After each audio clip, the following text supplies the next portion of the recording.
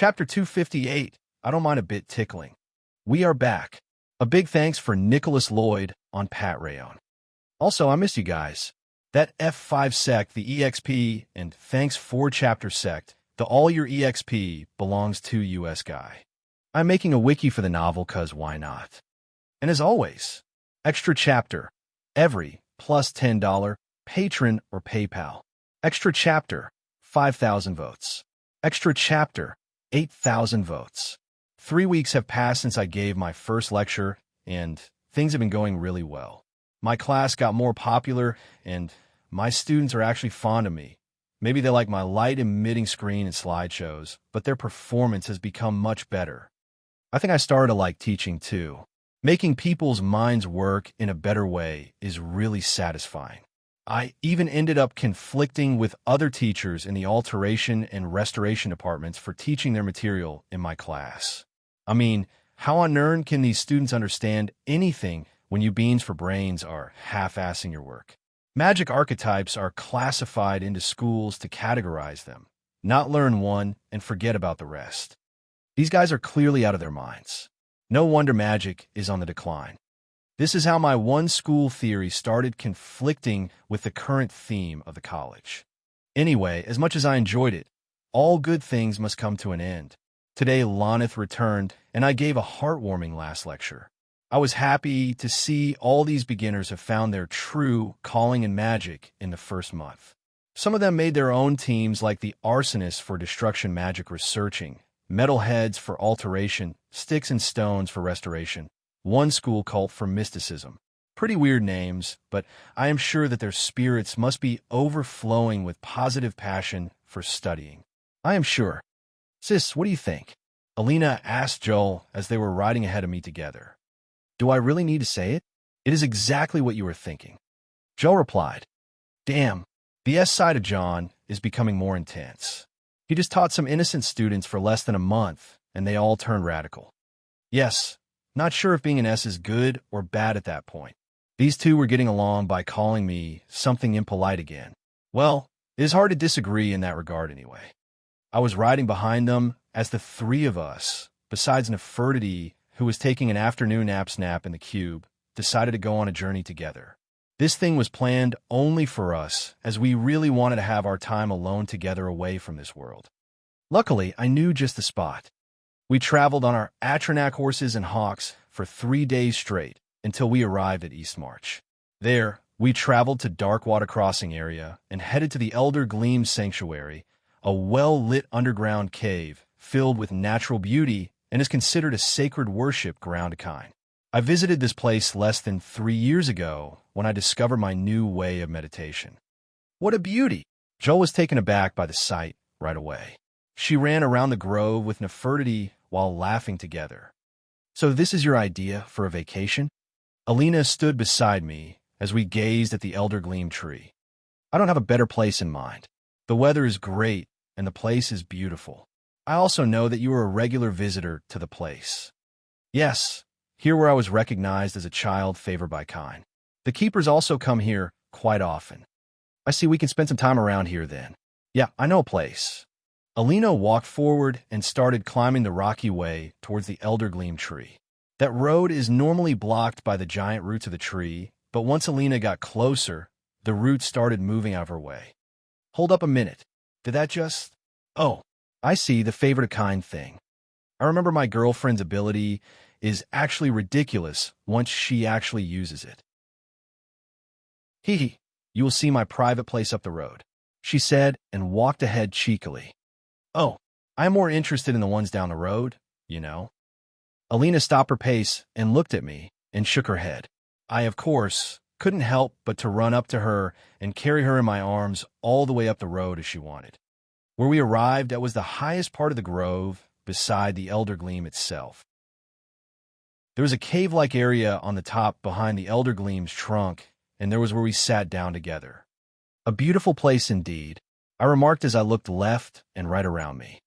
Alina removed her Firekeeper blindfold and put her head on me. She yawned and closed her eyes while holding on to me. I'm holding you so you don't go play with the kids. PFT, you're acting like that this early? Fine, princess. You have me for now. Hey, John, where are you? Human is playing with Alina. Let's look for them. We could hear Nefertiti and Jelinek looking for us, and I shook my head. It seemed that the private time Alina wanted would be cut short, or so I thought. Alina just had to cast a spell on the Elder Gleam, and the tree's roots blocked the road up once again. Wow, I never thought you can do that. I normally can't.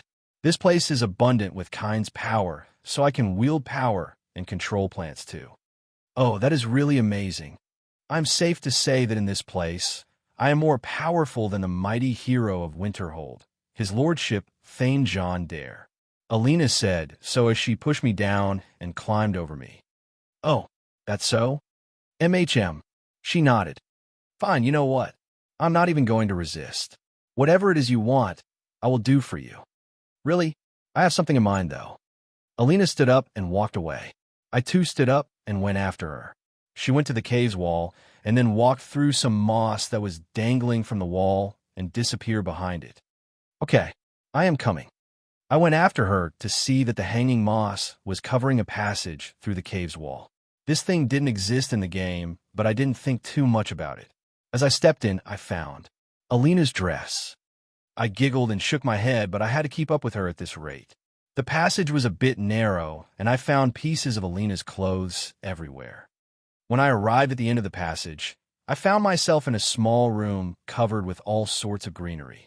There were plants and flowers more exotic than the ones outside this room in the Elder Gleam's cave, but I was focusing on something else. From the cave's wall, there was a small stream of water coming probably from the river outside the sanctuary, making its way to the other side of the room, forming a small pool in the middle. There I saw a breathtaking beauty swimming in the pool. She was holding her hair with her hands to the back, as she seemed to have taken a little dive. She looked at me and smiled. Are you waiting for an invite? You know I don't do such a thing. So, just hold my breath for a second. It may fly away if I'm not careful around you from now on. She smiled, and her pearl light glimmered. Her black hair, her red eyes, her arched brows. She was just perfect. She turned around and gave her back to me, then walked out of the pool to the other side. Her naked body was insinuating me. No matter how many times I saw or embraced her, she is always as breathtaking as I first saw her. Won't you come and play? She said. Play? Why not? She turned around to me, not sparing the air in my lungs anymore. I took a deep breath when I saw her. Hourglass-like figure, her fair skin that makes other women sick with jealousy, her well-endowed breasts, thin figure, and tall legs. I can only have pity on her mirror. How could just a worldly thing be able to perfectly reflect all that? She sat on a smooth rock and spread her legs, then closed them right away. I will count to 3. If you don't undress and come in front of me, you won't get a thing. She said. Really? Really? Count then. She looked at me, and I looked at her. She was stark naked, and I was fully geared. She raised her face with a smile, and I lowered mine with a grin. 1. She started counting for real, but I didn't move. 2. She reached 2, but I still didn't move. She narrowed her eyes a bit, but didn't hesitate to keep counting. THR. Whoa. I teleported in front of her. She looked at me with wide eyes, and my grin grew wider. She saw me as naked as her and tilted her head. She then looked back at the place I was standing in to see my clothes just falling to the ground. Did you just teleport out of your clothes? She was shocked for a second, but it was very easy. I only shook my shoulders for a response. We giggled together about it. So, you said you will do whatever I want today. She said. I sure did. Well then, she extended her hand behind my head and pulled me towards her while going down herself. She spread her legs wide in front of me and smiled. I want some of that. That? Yes, that. Okay, but I haven't shaved my facial hair a few days. It will be a bit ticklish. I said, I don't mind a bit tickling. I don't mind a bit tickling, title of your sex tape. I don't even want to know what is that. Her both hands pulled me between her legs, and she locked with her legs on me. As I was about to start, I remembered something. Oh, before we go on, what? Happy International Women's Day. Chapter 259, A New Healing Magic. This extra may have come a bit late, but it comes to you by Nicholas Lloyd. Also, extra large thank you for Christopher Gardner. You guys are super mean. You spent yesterday lovey-dovey and left us looking for you like that? I am really angry. Joel kept throwing on a tantrum all day long until we appeased her with some food, sweets, and all that she wanted. I knew she was after that from the beginning. Also, I broke through the 3rd level of the Iron Bone stage Dragonframe realm last night, and I am in the 4th right now. It is mostly because of the effect of the place on Alina, which made her Anuic stronger than usual. She is now in the 9th level of the Dragon Robbing realm. In my case, my bones almost felt like they were breaking and fixing itself over and over again, but my raw physical power has risen many folds. I am safe to say that I am entering the realm of superhuman after this stage. I can carry half a ton now with ease. Anyway, the decision of coming here for a vacation was something good. I took Nefertiti and went hunting together outside the sanctuary, and we caught a strong elk that put up a really good fight. Life went like that for the first 3 days, and nothing caused us to pause our hedonistic lifestyle. Well, not until pilgrims started coming to the sanctuary, and some priests of Kinnereth also came for rituals. A situation happened where Alina and one of the priests went into an argument about staying in the grounds. It seemed that the priests of Kinnereth that follow the imperial pantheon and the priests of Kine, who follow the Nordic pantheon, don't really see eye to eye, and the title of favorite of Kine does not mean much to the non-Nords. But I tell you what is my aura, Alina's glare and Joel's frenzy mode. That pretty much can solve any problem. In the 5th day, when Alina and I snuck up to her place on the summit of the sanctuary, I had something in my mind to show her. "What are these? Needles?" she asked. "Not just any needles. There's some leftovers from the mithril wool fur, and I used to create your accessories." I put a small box of a few mithril needles in her hands. "You created needles?" "I'm not sure what you're thinking, but why needles?" "Well, my initial plan was to make them with silver, but the mithril will increase our success by many folds. You see, I'm sure that you heard about the needle therapy that was practiced in Akavir." I said, "So, but it was actually inspired by the acupuncture needles I saw in my past life." "Oh, so that's what this is about. I understand the idea of the needles now, but the Akaviri ancestors of my clan left no such records for that therapy method." "I know, I didn't have high hopes anyway, but look at this." I took out a large old book and put it in front of her. "This is... I'm not supposed to lend it to anyone, as this is my treasure, but that book was handpicked by Grandmaster Alf FYR from Great Grandmaster's Library. Something the 4,000 years old Divaith FYR deemed worthy enough to have in his library." As I said that, Alina's eyes lit up and her hands moved as fast as she could to snatch the book, but I returned it to the ring faster than she could even do anything. "John, fuck, give me that." "In your dreams. I only showed it to you because you're close to me. Not even Irina can have it." Grr, I am so dying from jealousy. Of course, this book is something that our top idol character in the world used to have. "Well, as the good fiancé I am, I copied some pages for you too," I said, so while taking out some papers I copied, but Alina snatched them in an instant. She hugged the papers away and retreated 10 meters away from me. "If you isolated yourself in a cave for years and started calling the papers precious, then we are done here, you know." "Ahem, I won't do such a thing, but thank you." She regained her normal attitude and came back beside me. "So, what is the purpose of you giving me precious things like mithril therapy needles and such an important book? As you already know, you are much better than me when it comes to restoration magic. You're hands down the best healer in Winterhold outside the restoration department." "Oh, a lot of compliments. It seems you are asking for something big." "I am. It is about..." My next words made Alina open her eyes wide and turn serious all of a sudden.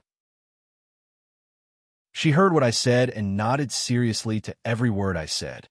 "Are you sure of what you're talking about?" she asked with a serious face. "Yes. The light-emitting screen, the mithril needle, and that acupuncture points I copied from the book. It was all for the sake of what I just told you. What we need now is a capable healer with very steady hands." I see." She made a solemn face as she started looking through the papers I gave her. This is simply groundbreaking, she said as she went through the paper. I know. It took me quite a while. We never knew you were working on such a thing. When they said you were a genius enchanter that can only be seen once an era, I think they still underestimated you. I mean, reconstructing an astral body? Damn, this is the work of the divines. I only smiled at Alina's words. And yes, that's what we are after. Reconstructing the astral bodies.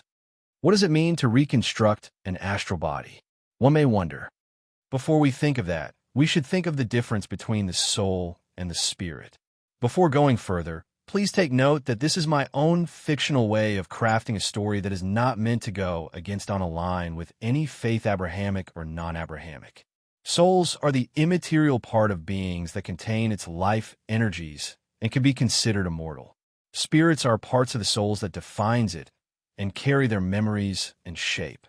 An astral body is what binds the soul to the physical body and takes the form of the spirit. It also gives the physical body its shape. All of that doesn't mean that only the astral body affects the physical body and not the other way around. Actually, the physical body affects the astral body way more than anyone can think. When people age, their physical body grows to make their astral body follow its pace and take its shape, and that is one of the reasons why aging is considered a flaw in some of the philosophical opinions that pursue immortality. Back to what we were saying, the physical body can also affect the astral body when a wound appears on it. If the wound is not handled on the physical body, then it will be permanent and will also appear on the astral body, causing it to not be healable by any normal healing spell. And speaking of which, how healing spell return wounds to its perfect state is actually by drawing the shape of the intact astral body and apply it with the force of magicka on the physical body. While talking about magical theory is really fun and all, we finally arrived at the main point. It is to heal a wounded astral body to make the physical body heal its old wounds. If this went more advanced, this can not only heal old wounds, but we are also talking about regrowing lost limbs, immortality, reshaping the body, or even adding a new organ to the body. The basic idea here is to apply magic energy to manipulate the shape of the astral body and force the edits to be applied on the physical body. The only way to reach the physical body is by going through the acupuncture points, and here was the needle therapy comes in. The acupuncture points are, of course, the points where the astral and the physical bodies are connected and where energy comes in and out. With this all, we are about to go through a new realm of research, but we are just on the threshold where we are only capable of healing old wounds. And there is someone we need to heal before anything else. I said, I know. Let's bring Jelena. Alina agreed. Chapter 260, The Ritual of Healing. Another big thank you to Merker1 and Julian Weber. You guys are the reason why this is going good. The wiki, https://dragonborn-saga. Fandom, com/wiki/dragonborn_saga_novel_wiki. In the next 2 days, Alina and I made a lot of experiments. At first, I traveled to Darkwater Crossing and started catching mice. It was hard to find healthy ones, but as there was a farm, there is surely a good band of mice, and who is better than a master mouse catcher like Nefertiti to catch those pesky little things? As we returned the mice to Alina, she started examining them and cutting parts of their bodies to study how their astral bodies react to be mended and destroyed. The poor mice almost went extinct because of us. We then moved from mice to large animals. We were not using the size of the animal as a factor, but the type of the soul itself. There are souls from petty to grand, and all were different from each other. At the 10th day, we started the inhumane human trails on bandits. The thing is, we kept it all away from Jelena to not give her false hope in case if things went not as we expected. We just wanted to be her nice family and all. Still, we faced a problem. Energy. Even though we live in a world with free energy called magicka, it sometimes is not enough, and we need to harness more resources to make magicka. The only way we can do so is by looking for a place abundant with magicka, and lo and behold, we actually live in a one. The Elder Gleam Sanctuary houses the oldest living being in Tamriel, and that is the Elder Gleam tree itself. The tree listens to Alina and can lend her power as long as Alina is close to the tree, but I am not sure how will that work. If it can't be recorded on data in front of me, and all can be calculated in a scientific fashion, I feel like I'm losing my touch. And that's why I always said you have a faith problem. Alina said, I know. I have faith in numbers more than some whimsical original spirits that like to pose as gods. I am sure that you were a dweemer in that past life of yours. Guess who is the greatest scientific race ever since the First Era? Guess who got themselves to disappear from this world with a poof? The only salt between me and Alina is religion. I respect what others believe in, but I have my own opinion of God. Even the original spirits don't call themselves gods, so what wrong did I say? I respect the original spirits and understand them for what they really are, the egos that represent the forces of natures. I'm not even wrong. The Sijic Order viewed its own guidance to the world as a way to not let the mortals empower the malevolent original spirits. A book called The Old Ways said, we recognize the multiple threats that a strong tyrant represents, breeds cruelty which feeds the Daedra Bothia, and hatred which feeds the Daedra Vernima. If he should die having performed a particularly malevolent act, he may go to rule in oblivion. And worst of all, he inspires other villains to thirst after power and other rulers to embrace villainy. The notion of God in my eyes is more almighty than beings that feed on the feelings of mortals. The difference between my point of view and the Dweemer is that I don't scorn the original spirits or see them as rivals. On the contrary, I respect both Edra and Daedra as the manifested egos of the natural forces. One can think of Sheogorath as madness itself in the form of a man, and so is every original spirit. Back to my argument with Alina, we agreed on using her powers of kinds favored to heal Jelinar. This night was a full moon, and Nefertiti chose to stay in the form of a large cat. The amount of ways she can change herself into now is actually weird. I always ask myself if she is still a cat, but I find it very offending in the end. How can such a fluff come from a being other than a cat? Anyway, I was sitting with Joel in the middle of the sanctuary, and I told her about what we were working on this few days. Still, she wasn't surprised. How do I say this? I just had a feeling you guys were doing something important for me. You would always say these unfathomable words to each other, and everything turns to numbers and magic theories, and I don't understand a single word. But you guys are always looking at me like you wanted to say something, so I figured out that you would come clean sooner or later. Oh. I love it when she is a thoughtful girl. We are starting. Alina came down from the summit of the Elder Gleam Sanctuary. She was, how do I say this, dressed in some sort of fashion I'm not really into. It was a mix of wolfskin dress, hawk feathers, and bear claws accessories, and a circlet made of flowers. She was also holding a staff made of an old tree and hand drum. What is all that? My stuff, she said. You look like a druid. That's why I'm going to do actually druidism. I want to say it makes sense, but it doesn't. Anyway, it seems that Alina will draw strong energy from nature that way. How do we start? I asked. Just get ready with the needles and follow my pace. Joel, you drink this. Alina said as she gave Joel a wineskin to drink from. Cheers, PFT. What is that? Joel took the wineskin and drank from it before spitting out half of what she drank. Wine and tree sap. Alina said. Blah. Say that it tastes like this before I drink it. Just lie down now. Alina pushed Joel on the ground and started preparing her things. She started by going around Joel in circles and tapping with her staff on the ground. She then started singing in a language I'm not really familiar with, and tree roots started to grow beneath and around Joel. It looked so strange that I kept watching the strange magic happening in front of me with curiosity, but I never figured it out at all. The tree roots that grew beneath Jelinar started carrying her up. It was akin to a bed made of branches, but it was really alive and don't know what to say. The tree bed rose almost half a meter up until it stopped. Jelinar was a bit dizzy from a mixture Alina gave to her, and started dozing off. Was that a crucial part of the process? I asked Alina. No, I was just showing off, but it rather felt appropriate to do. That's why I don't like religious stuff in this world. No one is sure of what they are doing to begin with. Sigh, hand me the needles. I gave the box to her, and she started a fire on top of her staff. She started to heat the needle for a short instance, and carefully stuck them under Joel's skin. She finished with all the points we needed to link, and I started to check on them.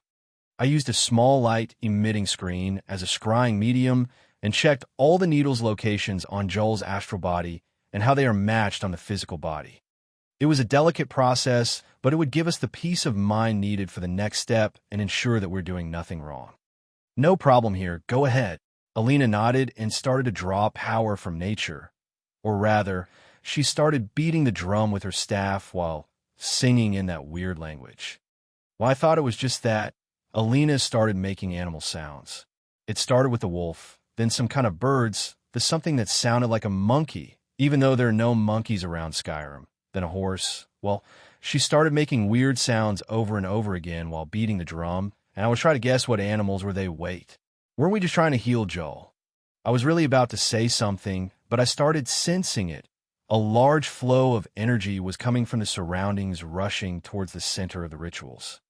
John, try to contain that energy and handle it yourself. I still think we need more. Fine. I started to act too. With the screen in front of me, I started containing the energy and channeling it through the needles. The mithril was indeed the perfect material to supply energy through, and I was unhindered by it, but I found it hard to contain such a pool of energy with my own. The energy Alina could summon was really potent and strong, enough to cause me another astral damage like the one I had a year ago. The process of reconstructing the astral body of Jelinar was done by observing the condition of her other eye and trying to sculpt another astral formation over the other side by arranging the acupuncture points and the energy channels with the energy I am gaining while trying to hold it all in place and reconstruct the damaged parts. All was going well until I noticed a weird activity in my Haven cube. In Space 51, where do I keep the contained stuff, the container that was housing the shadow material, greed, started to react strongly to the natural energy from outside the cube. That being was actually trying to break through the containment and jump out of the cube's space. You motherfucker, do you think I will allow you? I cussed at it, but I had no time to deal with it at all. Nefertiti, take the ring. Greed is going to break free. Take it away and contain it. Bad black thing? Human, give me. Nefertiti, who was watching from far away, came running in her beast form and took the cube. She then ran outside the sanctuary with it. Will Nefertiti be okay? Alina asked. She will. She can channel energy directly from me, so she will be able to stop it on her own. I was busy trying to fix Joel's astral body, and I had to take my time no matter what happened in the world right now. I even started to use the energy much faster, and Alina was having a hard time keeping up with me. We are almost done here, I said. Yes, all we need to do is to heal the wound that will open anytime soon. On Jelinar's left eye, blood started to flow out. This is because of the unmatching that occurred between the astral and the physical bodies. It is your turn now. I am going after Nefertiti, I said as I switched places with Alina. We were already in the safe process where we only had to keep healing the wound to match the physical body with the new changes on the astral body. It is a smooth process, and the best to do it is Alina. I regained my power by a magica potion and started running towards the sanctuary's entrance. Chapter 261 Greed. Extra chapter. Every plus $10 patron or PayPal. Extra chapter, 5,000 votes. Extra chapter, 8,000 votes. I ran toward the entrance of the Elder Gleam's sanctuary and tried to sense Nefertiti's location. I don't know why, but she seemed to have gone to the east. I could only conjure a flame Atronak hawk and try to look for her from the sky. The sky was a bit dark, and I could only use night vision to scout the land below me. I felt Nefertiti's energy in a place not far from me, and I rallied to it immediately. What met me was two large black cats fighting each other. Perfect. Now which is which? Nefertiti. Yes, human. And it was neither. Nefertiti just popped up beside me in her human form. I looked between the large shadow cats and her trying to figure out what was going on. It escaped from the cube, then mimicked my form to escape from me. Wait, greed can mimic forms? MHM. Nefertiti nodded. Okay, you need to tell me what happened from the beginning. When John and Alina were working on the astral body of Jelinar, Nefertiti was watching from the side. She was a bit worried about the passed-down Jelinar, but she had her own problems in a full moon's night. During the process, John told her to take the Haven Cube and run outside the sanctuary. It seemed that the dark matter that he calls greed is trying to break free from the containment. It is weird as that thing was acting very docile lately and the energy that John gave him. Nefertiti took the cube and started running outside the sanctuary, then chose a place as far from people as possible, so she ran towards the geyser pools of Eastmarch. Once she reached far enough, greed actually managed to break the containment chest and jumped out of the cube. Nefertiti was taken aback by the ability of greed and how it jumped out of the cube's space so easily. The only explanation she can think of is that this being is very reliant on John's energy. Not just that, it became the only energy that greed can recognize and fear. There is only one being with that same property, and that was her. John explained that she is an extension of his power, and she can draw energy directly from him, but it seemed that there is another being that shares that quality too. But if that's the case, that being shouldn't act hostile toward John, so maybe was that being trying to do something for John? Nefertiti didn't act with hostility towards the formless dark matter in front of her, and just stared at it quietly. Greed started to change its form bit by bit from humanoid to some undefined creatures until it fixed itself to the same shape as Nefertiti. With that shape, Greed tried to move to someplace between the geyser pools and finally arrived at where it was seeking. Nefertiti was following it and also saw what Greed wanted. There, between the geyser pools, a strange phenomenon occurred. A shadowy anomaly was forming as if a black hole was opening itself on Nirn. In the center of the anomaly, a strange weapon was taking an obscure shape that kept changing from sword to an axe to other unrecognizable forms. Greed saw the anomaly and dashed towards it. The anomaly didn't just stand still, and from it, another figure emerged. It was also another large black cat. Oh, meow. Nefertiti was sick of how many things started to copy her graceful form and shifted into the human form right away. She was pouting and wanted to beat those two insolent shadow beings into shape, but they soon started fighting, so she sat down to watch. Around 20 minutes later, John showed up and seemed to have noticed Nefertiti because of the two weird large cats that were engaged in a fight. So that happened. I wondered while keeping an eye on the fight that was still on. Yes, a shadowy anomaly that has a weapon in its center and sent out a doppelganger to fight Greed. I can only think of one thing. Shadow Rend. A Daedric weapon of shadows originated from Sheogorath's Shivering Isles. It comes from the shadow doppelgangers who attacks whoever comes near it. When the doppelganger is defeated, Shadowrend can be claimed, and it has the ability to change its form too. How can it do that? No idea. Why is Greed fighting Shadowrend? Damn if I know. Why would Shadowrend appear here? Well, that's an easy question. It came from a mod, an official Creation Club mod. Anyway, Greed and its doppelganger battled fiercely, but it seemed that Greed is not accustomed to fighting at all. It is putting a measurable act. What is that thing doing? It should use its formless body and devour its opponent. I said as I was showing my disapproval, but something weird happened. Greed, as if it has listened to me, turned itself into a formless orb and shot towards the other shadow figure, then started to devour it. Good. I was taken aback. It is strange how that dark matter started listening. It didn't take much after that for Greed to prevail and extinguish its doppelganger. Once it did that, it didn't just sit still, it charged at the shadowy anomaly and started devouring it too. Hey, idiot, that is a good weapon. What are you doing? I ran towards Greed that was in the middle of devouring the shadowy anomaly. I frankly didn't know what to do with it and how to separate two formless entities from each other, but before I even act, it was already over. Greed fell on the ground, and the shadowy anomaly itself was devoured. I knew it liked any energy related to the shadows, but did it really manage to devour a Daedric artifact? Goddamn, what are you? I looked at the greed and tried to interact with it, but it seemed to be in the middle of digesting whatever it devoured just now. It is a bit weird, but I think I got my hands on something really unusual. MHM, I think he was trying to help you, human, Nefertiti said. She then started explaining how greed is connected to me and how it also draws energy from me like her. I guess you're right. Does that mean I have authority over it now? I asked myself as I pondered over the situation. Hey, come on my hand. I ordered greed and opened my hand. With my words, greed jumped happily on my palm like a plum ball. Hey, this thing is so much fun. What else can you do? I asked it. With my question, greed changed its form into a sword. A jet black longsword. It even felt like a bland, three-dimensional model with no textures or decorations. Still, once I thought of textures and decorations, greed started to define itself more. Nice.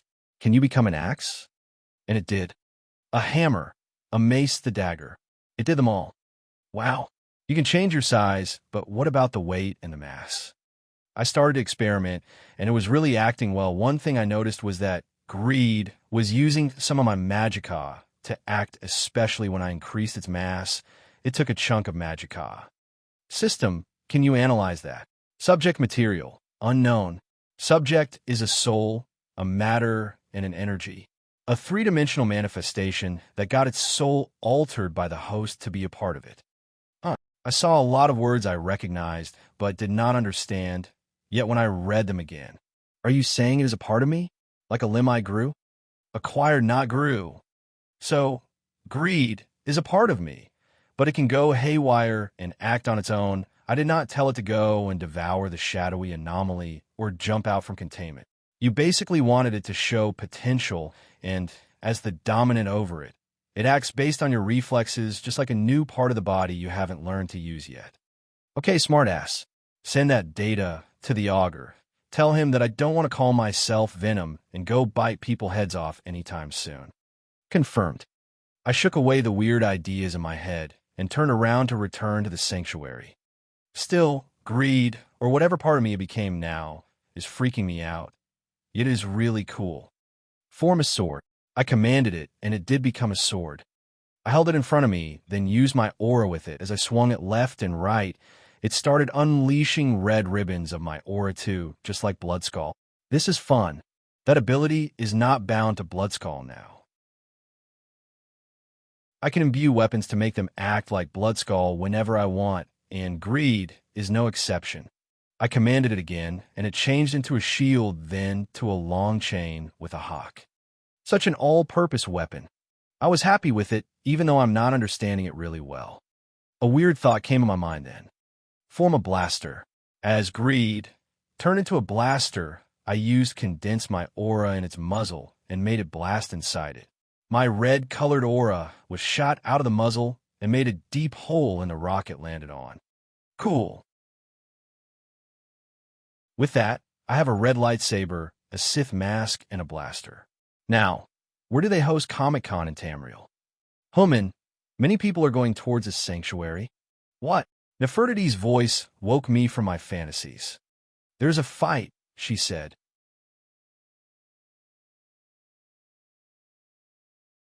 Chapter 262, Kill the Witches. The extra that was promised. You monsters. Normally, I don't get angry. Even if I want to show anger, I mostly fake it and use it as a purpose to do something unreasonable. But now I'm blinded with anger. Why on Nirn would anyone try to attack Alina and Jelinar in such a crucial moment? I couldn't figure it out, but whoever that is, they're going to pay. After Nefertiti noticed the intruders with malicious intentions, I instantly teleported back in front of the sanctuary. I was carrying Nefertiti in hand and greed on the other. Once I appeared, I saw a few women in black blocking the entrance to the sanctuary.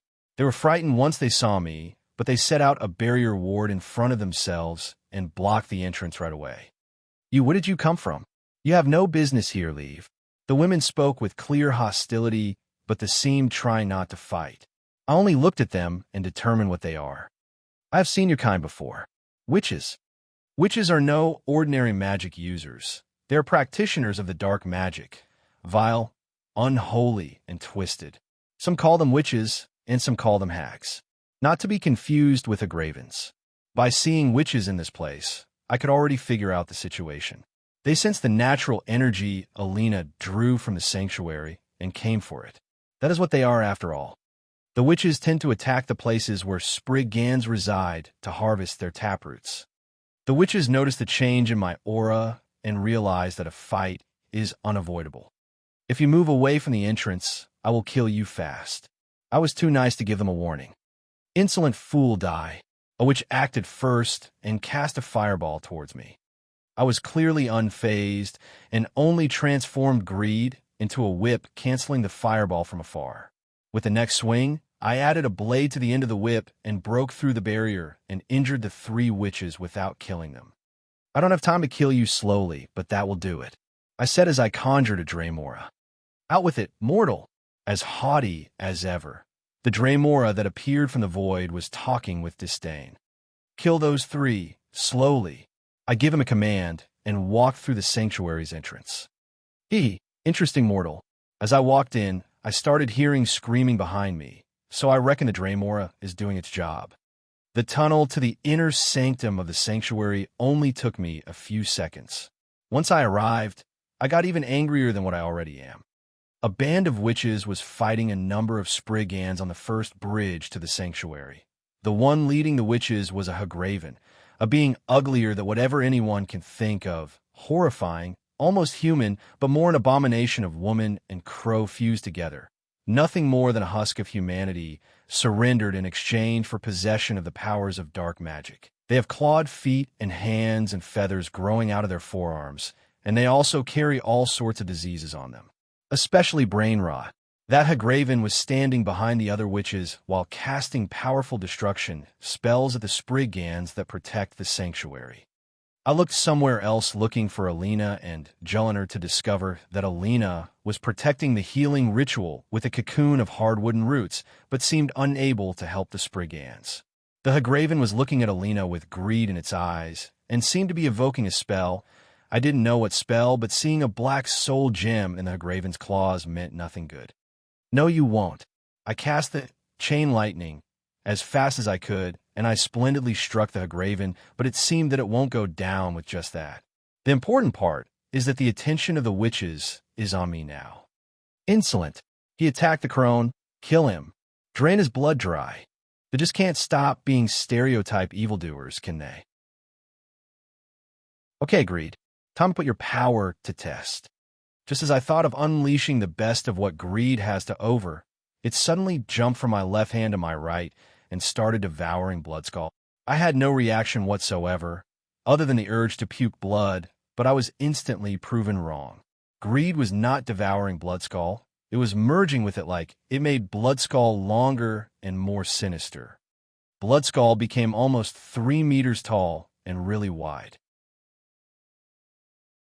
I was not sure what is going on here, but the sight of the Hagraven made me be assured that I am still reincarnated in Skyrim, not Devil May Cry. Well, let's see what this bad boy can do. I unleash my aura and put on my mask Krylin. With the greedy Bloodskull on my hands, I charge forward at the witches.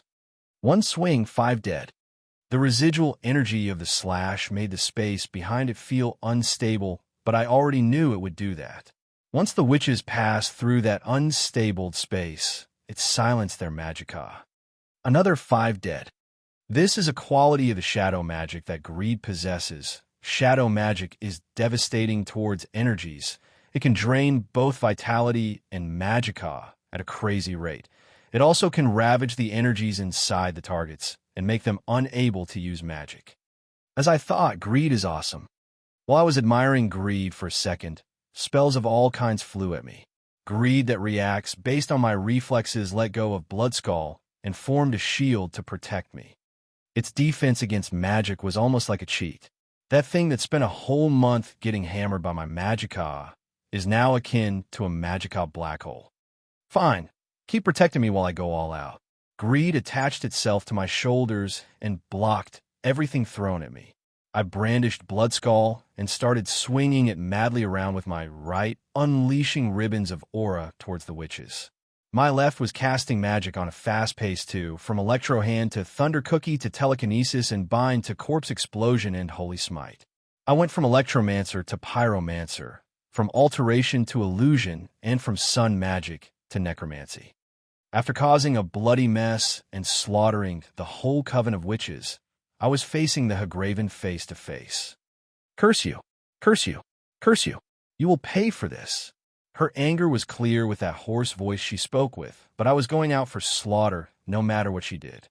She unleashed all the magicka she can muster and cast a bolt of dark magic at me. I didn't need to understand the magic to know how dangerous it is. This must be Crystal Shard, a devastating spell. I took out Greed to my left hand and reformed it into a blaster, then shot the magic with my aura. The destructive power of my aura with the shadowy nature of Greed was enough to put that magic down. The exchange between me and the Hagraven didn't last long. She tried to bind me using the dark magic again, but I let Greed devour that magic. She then tried to sneak attack me by a spell under my feet, but I stuck Bloodskull into the ground and devastated whatever that was. Curse you! Her last card seemed to be a strong spell that started to heal her and restore her magicka at the same time. Such a broken spell must be part of the deal she had with the higher powers when she transformed herself into a monstrosity. I couldn't afford to fall short, and also called upon the higher power on my side. Allmaker, the root of power, the blessing I had from the Allmaker was activated, and my magicka started coming back on a crazy pace. Between the root of power and the dark exchange, it was clear who is superior. I only overpowered the Hagraven with raw magicka, and that was enough to break her spell and cause a backlash. She was struck on her knees while trying to run away using her abnormally long limbs. You are not getting anywhere. I blocked her path and raised Bloodskull to behead the Hagraven, but she shot up all of a sudden and slashed at me with her other claws. I merely swung my sword and cut both her arms. Gah! Curse you! Curse you! These are your last words. I didn't want to hear anymore and just beheaded the damn thing. As I got rid of the vermin, I teleported toward Alina right away. Her face was a bit pale, and there was a thin line of blood coming from her mouth. My head almost went numb, but she raised her hand to calm me down. I just overused some energy for the sake of defense. Nothing touched me. She said so, but I was already in the state of going insane. There was no one to vent it on, and it would be wrong to act recklessly, so I just had to suppress it. Go and rest. Leave the ritual to me. I handed Alina some meds and took over her place. She was already in the last process, and I could finish that on my own. It took me 10 minutes to put the last touches on Jeliner's astral body and poured half of my magicka into healing her physical body. All that is left now is to wait for Joel's natural recovery to work on its own. Her golden hazel right, I was reacting well, while she was unconscious, and her left, I shouldn't be touched for the time being. As I finished, I put a bandage on her left eye that started giving out tears. This was a sign of recovery, and the light screen showed no wrong behavior. It is over. She will wake up on her own now. Alina said, as she seemed to have recovered too. I am sorry. I shouldn't have. Shush. We wouldn't let you stay while Nefertiti was out there anyway. Okay. It was a bit angry at myself for not being there while those abominations attacked Alina and Joel. Still, look at that mess you made. It would take us ages to clean all that. Alina pointed at the bodies of the witches I killed. Limbs and heads were everywhere. I really went all out on a bunch of hags. Sigh. I will make a fire and burn all that. I was about to stand up and do so before Alina stopped me. Just kidding, it won't take me a second to get rid of them. She spoke calmly and cast a few spells on the trees around the area. Roots shot up from the ground and started entombing the Hagravens and the witches in the ground. They were being encased in roots and pulled down. It was kind of scary. Even the beautiful nature has its dark sides, you know. These sinners will serve in death as fertilizers for the grove. Alina said, I see. Alina did not only made the grove consume the dead witches and clean the mess I made, but she also used the remaining magic we gathered to revive the Spriggans that were killed by the witches. Her druidic magic was really on a whole different level from the lame things I read about it. This is not something that Nurina teaches, so I watched carefully and asked a lot of questions. Anyway, how did those witches find out about our ritual? I asked. Not sure. Being the Sibyl of Kine is hard on its own, let alone having enemies with enemies of the gods. They must have made their coven near the area. I will report that to the guardians of the grove or the vigilance of Stender. Both will hunt witches to the ends of Nirn if they could. I nodded and didn't say much. I was still feeling angry about leaving them alone, even though I would be still angry if I didn't go after Nefertiti. My head was messy for a while, but sitting beside Alina, who rested her head on me, gave me some peace. Woman, she woke up. Nefertiti's voice woke me from my doze, and I shot up right away. Alina also shot up as fast as me. We looked back to the root's bed, where Jolinar was lying to find her sitting on the bed while looking at us. One eyes golden hazel. One eyes violet blue.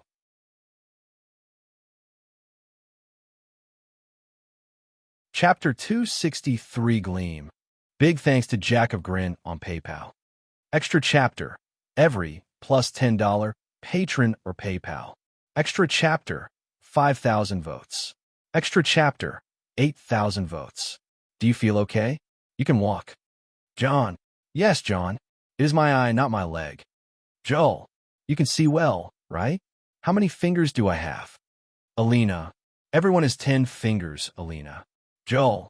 Do I look fluffier than before? Nefertiti. Yes, Nefertiti. You actually do. Joel. Don't worry, Human. She sees good. Nefertiti. You really are as smug as John. Alina. Human and I are great at everything. Nefertiti. Except modesty. We are too great, but we are not perfect. John. Okay, my eye actually hurts. Joel. What? No. It is the right one. The left one is actually good. The three let out a sigh of relief. They still never expected that Jolinar would have a heterochromia case in her eyes, but that's nothing to be worried about. Apparently, she didn't have it before, but when John and Alina restored the astral form of her left eye, they neglected to focus on the eye colors. Still, Jolinar herself was excited about it. She started comparing the two eyes on a mirror all the time with all smiles. So we are all done here. John said, Yes, everything is done. I guess that goes with our vacation. Alina said, No, we are not ending the vacation. It has been 2 weeks already. Do you have anything else to do here? We are going south. South? Yes, south. Rift End south. You are taking us to Rift End? Yes, I actually missed that stinky town. Ever been there? No, but I heard stories. Thieves, smugglers, serial killers, creepy people. Well, you don't need to worry about those rumors. These are just the start of what Rift End has to offer. Oh, great. Just kidding. I am friends with a serial killer, though. He was trying to eat me ever since I was 12, but he never caught me. Okay, let's back up then. To Rift End. John seemed excited.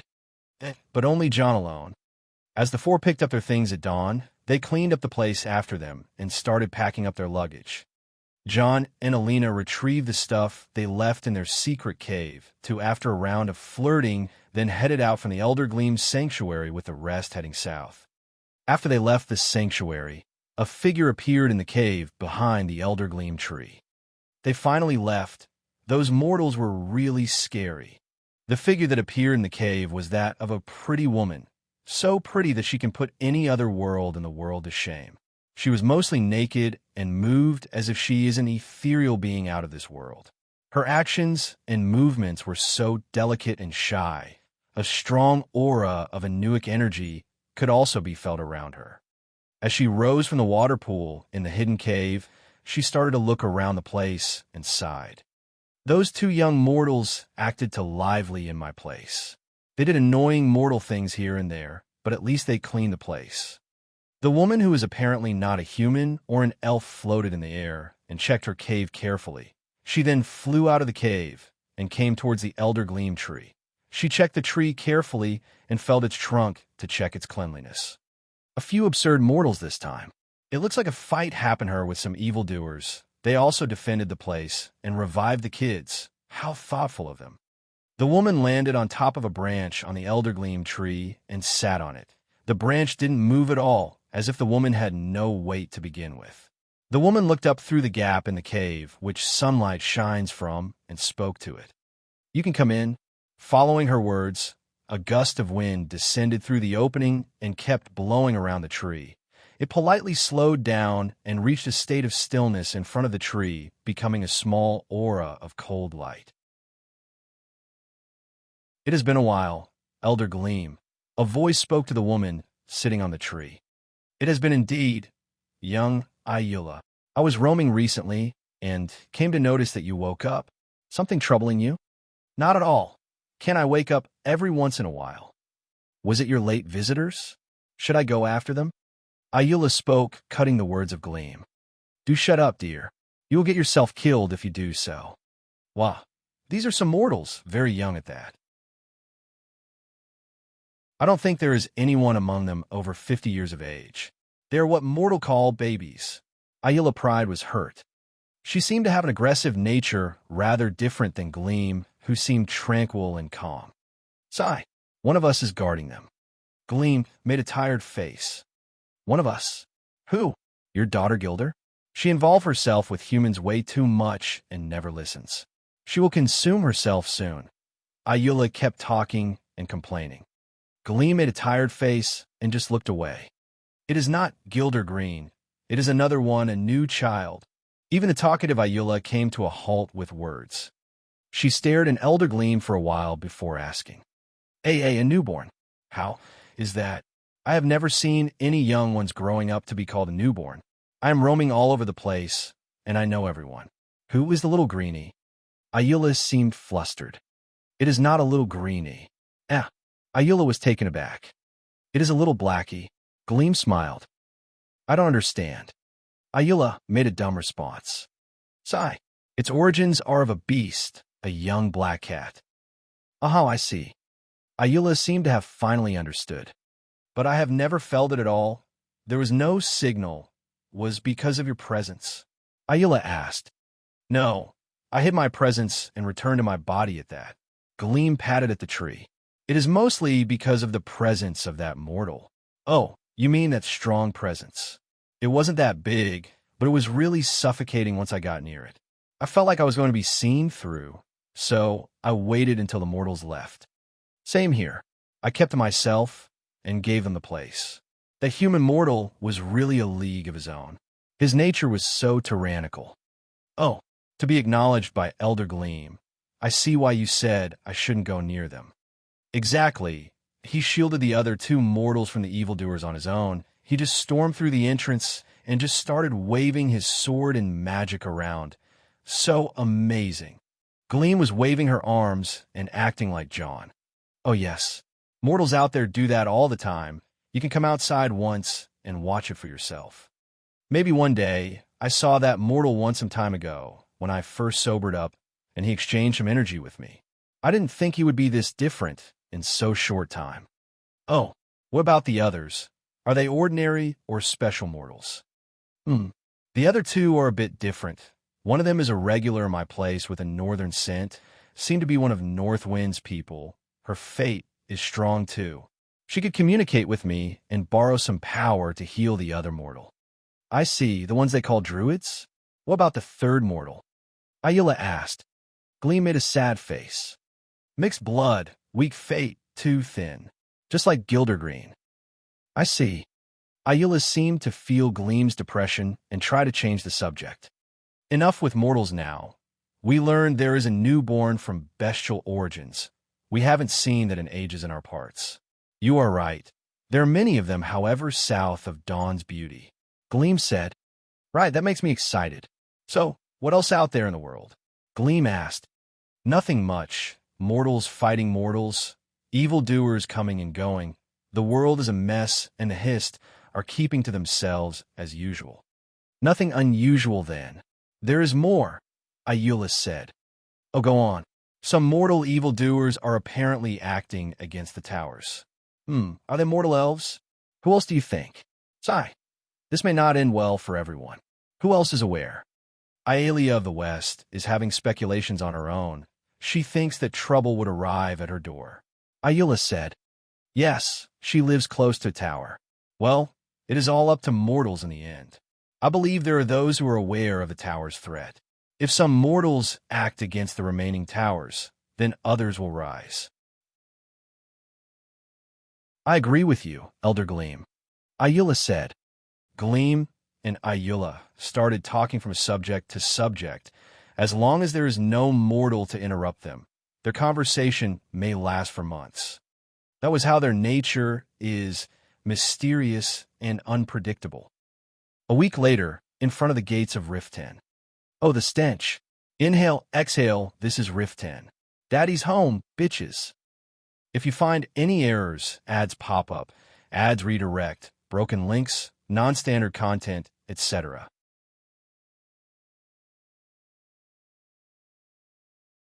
Chapter 264, Catatosker 1, Homecoming. Big thanks to Joshua Burns on Patreon. Now I have 4 extra chapters, one have to publish Goddammit. Extra chapter, every, plus $10, patron or PayPal. Extra chapter, 5,000 votes. Extra chapter, 8,000 votes. The past 3 years, the ruler of Rift 10, Jarl Leo Lawgiver, was having a peaceful time ruling her hold. Rather than the messengers of Ulfric Stormcloak and the few criminals she has to deal with, it was all easy. But on this very day, all peace went away. What is the reason? One may ask. The answer took all the people 3 years to the past, a reign of terror they forgot, or rather try to forget. It was him, the man, the myth, the legend, the Red Cat, Catatosker, a name the whole Rift Inn tried to bury and successfully stopped the rumors from spreading outside the hold. Else, the rumors would put them to shame for many years to come. How did they know it was him? They all wanted to believe otherwise, but there was his sign, the black card with a red cat drawing.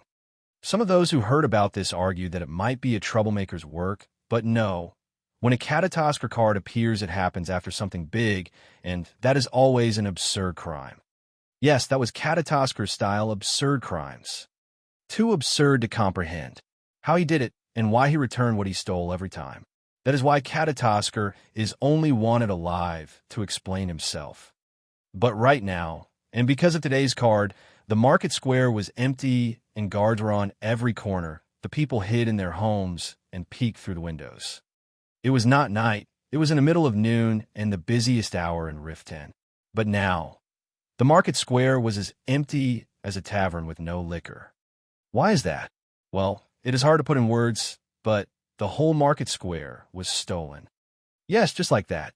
1 second there was many people buying and selling, and on the next second everything vanished from goods to stalls. Only the people remained. And what also remained was the question on people's mind: how did this happen? They all started to remember the events when Catatosker shocked the whole town, and people in the Bee and Barb Tavern started saying which one was more terrifying. It is today's time. He goes away for 3 years, and now it happens like that in front of everyone's eyes. Exactly. You know who has gotten more powerful? It happened where there are people this time. But do you remember that time when he stole the temple's bell? Yeah, it was similar to today. Something vanishes just like that. Crazy. Do you think that is something compared to that one time? That time. Yes, the city gates time. Shut up. No one wants to remember that time. That's because it is the most terrifying. You know who stole the damned city gate? A city gate for the beard of Talos. This is insane. Brigands may have taken over the town because of that. Don't remind us. Fine, but you should remember the time when we found a ship in the middle of the market square. You mean Bori's ship? Ah, yes, that one was bad too. Poor Bori. He was pale the whole day. No. I can't believe you forgot the time when he stole the Jarl's voice. That was insane. Yeah, I was there. Jarlella was making a speech, and her voice didn't work all of a sudden. Then she found a card of you-know-who. What about that time? No, that time. There's that time too. The argument never ended. From a market square to the temple's bell to Bori's ship, to the city gate, to the Jarl's voice. Katatosker was so infamous to the point that saying his name was something really scary on its own. During all that, a man came running into the tavern. The market stalls, the goods, it all came back again. Yeah. The gloomy mood of the tavern turned all cheerful at once, but the people became silent once again. You mean you know who returned the things he stole once again to where they were? They didn't find the stuff or understand how he does it. No, just like every time. Damn it, he's still out there doing God knows what, and just mocking us while our city guards can't even locate one man. TSK, let's just get back to our businesses. This town is no match for him anyway. The disappointment was clear, as no one managed to stop the legendary Katatosker just yet. No one even knows what kind of person he is. Is he a man, a mare, or a beast? A male or female? A living person or a ghost? Right now, the common belief is that Katatosker is the ghost of a Khajiit legendary thief, yet no one is able to confirm that anyway. However, what the people fail to notice that each time Katatosker strikes, a new change happens in town, a change for the better.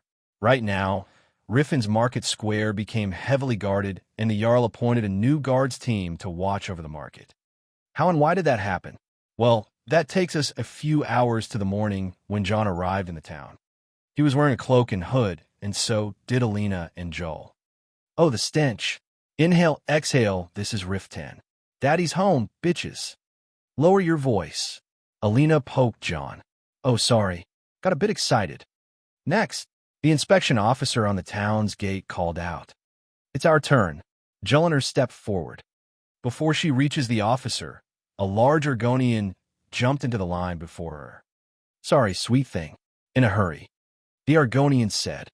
Hey, Jelinek was about to lash, but John held her shoulder. Don't make a scene. He said, then looked at the Argonian. You'll owe me a drink, lizard. Whatever. The Argonian seemed to be not intimidated enough, and looked away, but then he felt a cold chill and looked over his shoulder to see John's face closer than he thought it would be. With his blue eyes devoid of their bright color, John spoke again. You will. The Argonian was taken aback, but he released a strong aura not expected from a random person one just crossed by. John, too, was releasing his tyrant aura on a small scale to only affect the Argonian. A while later, both broke into a hearty laugh. Sure, I owe you a whole barrel, the Argonian said. Good to know. If you find me, though, he said so and passed through the gate after the inspection guard allowed him in. John kept looking at the large Argonian with a grin. Even though the Argonian had a large body, he disappeared after he passed the gate like melting ice. I will find you, though. John looked at the inspection officer and threw a wooden tablet to him. A citizen, I don't recognize you, though. Oh, go in. Cheers. John walked through the gate without any trouble, followed by Alina and Jelinek. It was strange of you not to lash out. Alina said, This is not Winterhold where I own the tiles on the road, so you two should act quietly around here, unless there is a fight, of course. Okay. While John and the girls advanced through the town streets, there was nothing particularly good about it. It was rather worse than the new Winterhold town. Most of the buildings were made of wood, and they had that rotten smell. Even the streets were not that clean. Beggars and homeless people were lying on the roadsides, and ruffians were staring at Alina and Jelinek rudely. John would sigh every once in a while, then give someone a death glare, causing the ruffians to move away. There is a weird language spoken in Rift 10. Only someone like John would understand its content. When one glances at the other, then they keep pointing with their eyes. This means trouble is coming.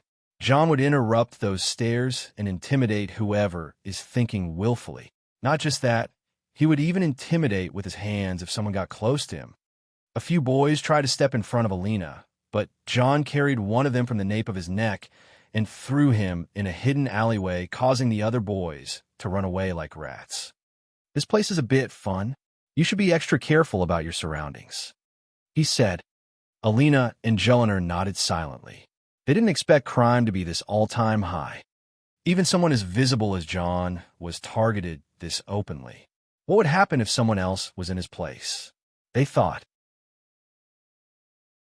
I haven't been in town for some time, so they don't recognize me, and I don't know these new faces. Once we reach the inner city, we should be properly welcomed, he said. Alina and Jelliner looked at each other again. That was not proper enough. They asked. This is not even a thing. They think of us as some reckless rich people. It is not wrong, though. As they walked for some time inside the city, they passed the old, poor areas and finally found themselves in somewhat a cleaner place. Are you done following us? John spoke. To his words, a few kids behind Alina and Jelliner moved away with displeased faces. It seemed that John knew what they were after and intimidated them. Who are they? They are the ones who benefit in the chaos. What chaos? The one that is about to start, he said, and walked forward. Remember, don't rush forward without checking your back. That's how they get you. As he said so, a brute appeared before him. He seemed to have some friends sitting on a roadside nearby. Well, what do we have here? Which mammoth gave birth to a giant like you? Ha ha. The brute seemed to be very confident as he stepped in front of John. John slightly smiled and shook his head. Never change, Maul. Never change. As the brute heard John's words, he was taken aback for a second. The people who he came with were noticed the change for a second, but John acted faster than them. He waved his hands towards the brute's throat and struck it. The brute face turned red from the pain and started coughing. John was still not done and carried the brute with his 2 arms, then started running with him. Hey, stop him. Fuck. What's going on? The friends of the brute were fully triggered and ran after John. Jelliner and Alina were left behind, so they decided to follow up, but before charging forward, they looked behind them. They saw the kids from before trying to sneak behind them, but as soon as they got noticed, they ran away. I see. Alina and Jelliner made an understanding face before running after John. John didn't run far ahead. As soon as he reached the first water canal before the Bee and Barb Tavern, he threw the brute in the water. Splash. Ha ha ha. Who's laughing now, Maul? John laughed out loud, then turned to the brute's friends who were running after him and removed his hood. Zula, Narc Fleet, missed you fuckers. The boys paused all of a sudden. Oblivion. What did this guy eat? Shit, that's Dare. Oh man, I just had a bath this morning. John shook his head. TSK, TSK, TSK. You guys are all going for a swim. John extended his hand and grabbed 2 of his old friends, then threw them at the canal. The third tried to run, but John grabbed him with telekinesis and threw him after them. Magic is cheating, Dare. It is cheating. Whoa. Fuck you, Dare. Fuck you too, Fleet. Oh man, this is so much fun. John looked down the bridge and saw the 4 people swimming out of the canal. Fuck you, John. This is payback, Maul, so fuck you. Don't let me catch you. I want to see you try. How is your mother? How is yours? TSK. I'm coming up. Don't you dare run away. Wait. I forgot. No magic, damn it.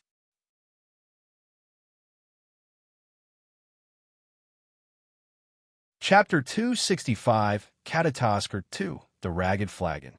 Finally, an extra. This one comes to you by Merker 1. A bit late, I know, but there are more, and I'm taking my time. Welcome to the Bee and Barb, Lord and ladies. If I can interest you in one of our special drinks, you let me know. It is Talon Gi, the Argonian innkeeper. Thank you. May we have a room for us 3? I said not minding my words. Sure. May I see your city pass then? Here you go. Oh, a local. Not sure I have seen someone with your size around here before. Oh, it has been years since I left Riften to roam the world. I'm finally back, haha. So, in this world, there is someone who is happy about coming back to this city. The world sure is strange. Don't worry, it is just a visit. Wise words, a room for 3, you said? Talon Gi said and glanced at Alina and Joel. A room for 3, I said. Talon Gi smiled and led me to a room. There's a lot of weirdos like me in Riften, but these 2 are my family. I will refrain from smacking Talon Gi till later. A clean, quiet room with a large bed away from everyone. Let me know if there is anything you need. Thank you. Talon Gi left, and the girls finally sat down. This town is a bit extreme. Alina said. No, It is Winterhold that is too lazy compared to here. People are always working in Winterhold, but here, people are always stealing, so make sure to keep in mind that everyone has bad intentions towards you. Okay, how do people live in this kind of place? You just get used to it. Rift Inn is actually no different than a modern city on Earth. Just a bit lawless, and people are more connected. They can smell outsiders easily, and these are their normal victim. One of the reasons all the big trades happens outside Rift Inn. Anyway, set up protection around this room. I paid for a week, so let's keep ourselves comfortable. The place here is safer than outside, but don't trust anyone and keep yourself under your hoods. You'll get used to the place and people in a day or two, so don't hold back and keep your sword away. Use only daggers or throwing knives. I will be using greed though. That thing is so creepy. Sorry about it. Still, that's a lot of rules for a lawless town. Exactly. This is Rift Inn 101 written a guy who actually lived here for 15 years. The point is, don't try to look like an outsider or a rich person unless you're pretty famous in town. We'll keep it in mind. And that's how I started to teach the girls about Rift Inn. It is pretty common for each country to have a Rift Inn, but if I was reincarnated in any place other than this town, I would have died of boredom. But this trip wasn't all fun and meeting old friends as I expected, and that brings us to the next day. I was in a market square, and the situation there was normal. I even met some old kids from the orphanage like Grumpy Grelka and hanged up for a while until I was approached by a small girl begging for money. I noticed the way the girl asked for money and pointed out something. "How old are you, kiddo?" "8. "I see." I patted the girl's head and whispered to her, "That boy looking at us behind the stall, that is your friend, right?" The girl's eyes widened up. "If you signal for him to come, I will break his arm." Even Alina poked me hard when I said that. Well, I understand what is going on. These kids are the rats, as we used to be called when we started running down the streets back then. The rats are the regular lookouts and cut purses. They also do the dirty stuff like causing scenes and getting captured instead of the other senior troublemakers. Still, there was one rule, no less than 10 years old. "Kid, you're an orphan, right?" The girl, who started shivering, nodded like a broken doll. "I see. Let me take you to the orphanage." I took the girl from her hand and walked out of the market. I noticed that I was being followed, so Joel and Alina took distance from me and kept an eye on whatever is happening. I walked the old road, I remembered, but I came to a halt. There was a presence hiding in an alleyway. I only gave a small signal, and 2 shadows jumped down from a building and captured whoever was spying on me. I took the girl I was holding and walked to the alleyway. As I reached there, I found Alina standing and Joel apprehending a person. "No, Sapphire." The girl in my hand almost jumped when she saw the person under Joel's feet. It seems that this is the one who manages the orphans in the market. Sapphire, huh? She appeared in the game, not a really likable character. That's okay for now. Take this girl and buy her some food. Leave that to me. I handed the small girl to Alina and took over Sapphire. Sapphire seemed to be just a young girl around 16. Her eyes are sharp, and she was glaring at Joel. I raised her up from the nape of her clothes to my eye level and started to talk. "Let me make one thing clear. Eat shit, asshole. Slap. Is that clear?" Sapphire's circuits seemed to have rebooted just now. She was still glaring, though. I raised my hand once again, but she reacted splendidly this time. "Good, I have a question. There was that rule the guild had to not make kids less than 10 do stuff around the town. There's still that rule, right?" Sapphire seemed to have frozen. "Oh, I see that was your private business. Good, very good." I put her down, but kept clutching to her neck. Greed, which was under my sleeve, came out and tied the hands of Sapphire. "Scream, and your bones will bend in ways you have never thought they were possible." Sapphire only nodded. "Cool, let's go." I kept my arm on her shoulder as I dragged her with me. My direction was clear, the rat way. If someone asked, what is the worst place in all of Rift Inn, then there's only one answer, and that is the rat way. One can say the rat way is the city under the city. Dark, dangerous, and no place for decent folk. An underground tunnel system beneath the city of Rift Inn. is the base of operations for the Thieves Guild and also serves as home for all sorts of weirdos, serial killers, lowlifes, and misfits. Rift Inn normally has two levels, the upper city where the normal folk lives, and the undercity down at the canals where poor folk and cutoffs live. The Ratway is the extension of that undercity where a network of sewer tunnels run, but it is fairly populated for a good reason. I stepped in front of the main entrance of the Ratway and walked from there. Normally I take another way in, but I am not expected and I have Alina and Joel with me. As we walked the dark, smelly tunnels, I could hear Alina complain every 2 seconds about something different. She's a princess, so it must be hard for her, yet Joel and her didn't let it go and kept mocking Alina on everything. These two are fairly strong now, but I would be worried if I run into anyone of the big fishes in the Ratway. The underground arena in Rift Inn is actually full of top-notch killers and people I would have a hard time fighting against, but my current size is intimidating on its own. Still, it was all the same as I remembered. Even the traps and the lookouts were in their usual spots. It feels as if time didn't pass here. After taking a few turns and knocking down a few skeevers, I arrived in front of a door that I simply pushed open.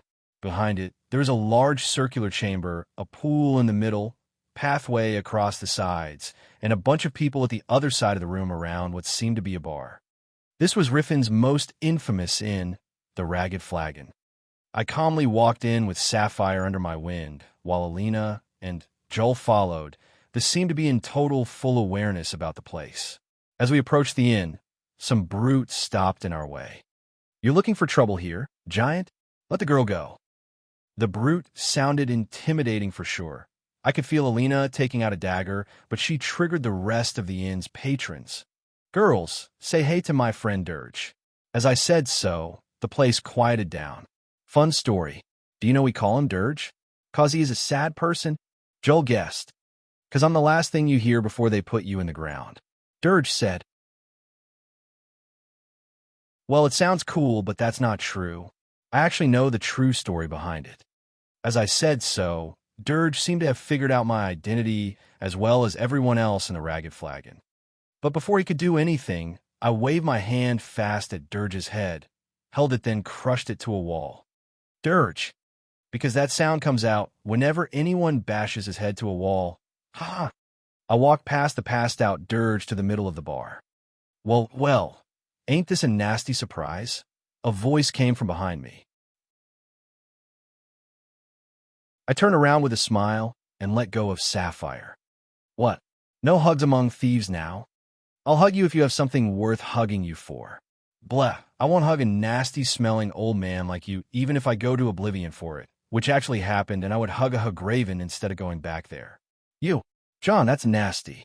Fine, I'll hug you for free this time. Come here, Delvin. It was my mentor and the man who set me on the path of nastiness, Delvin Mallory.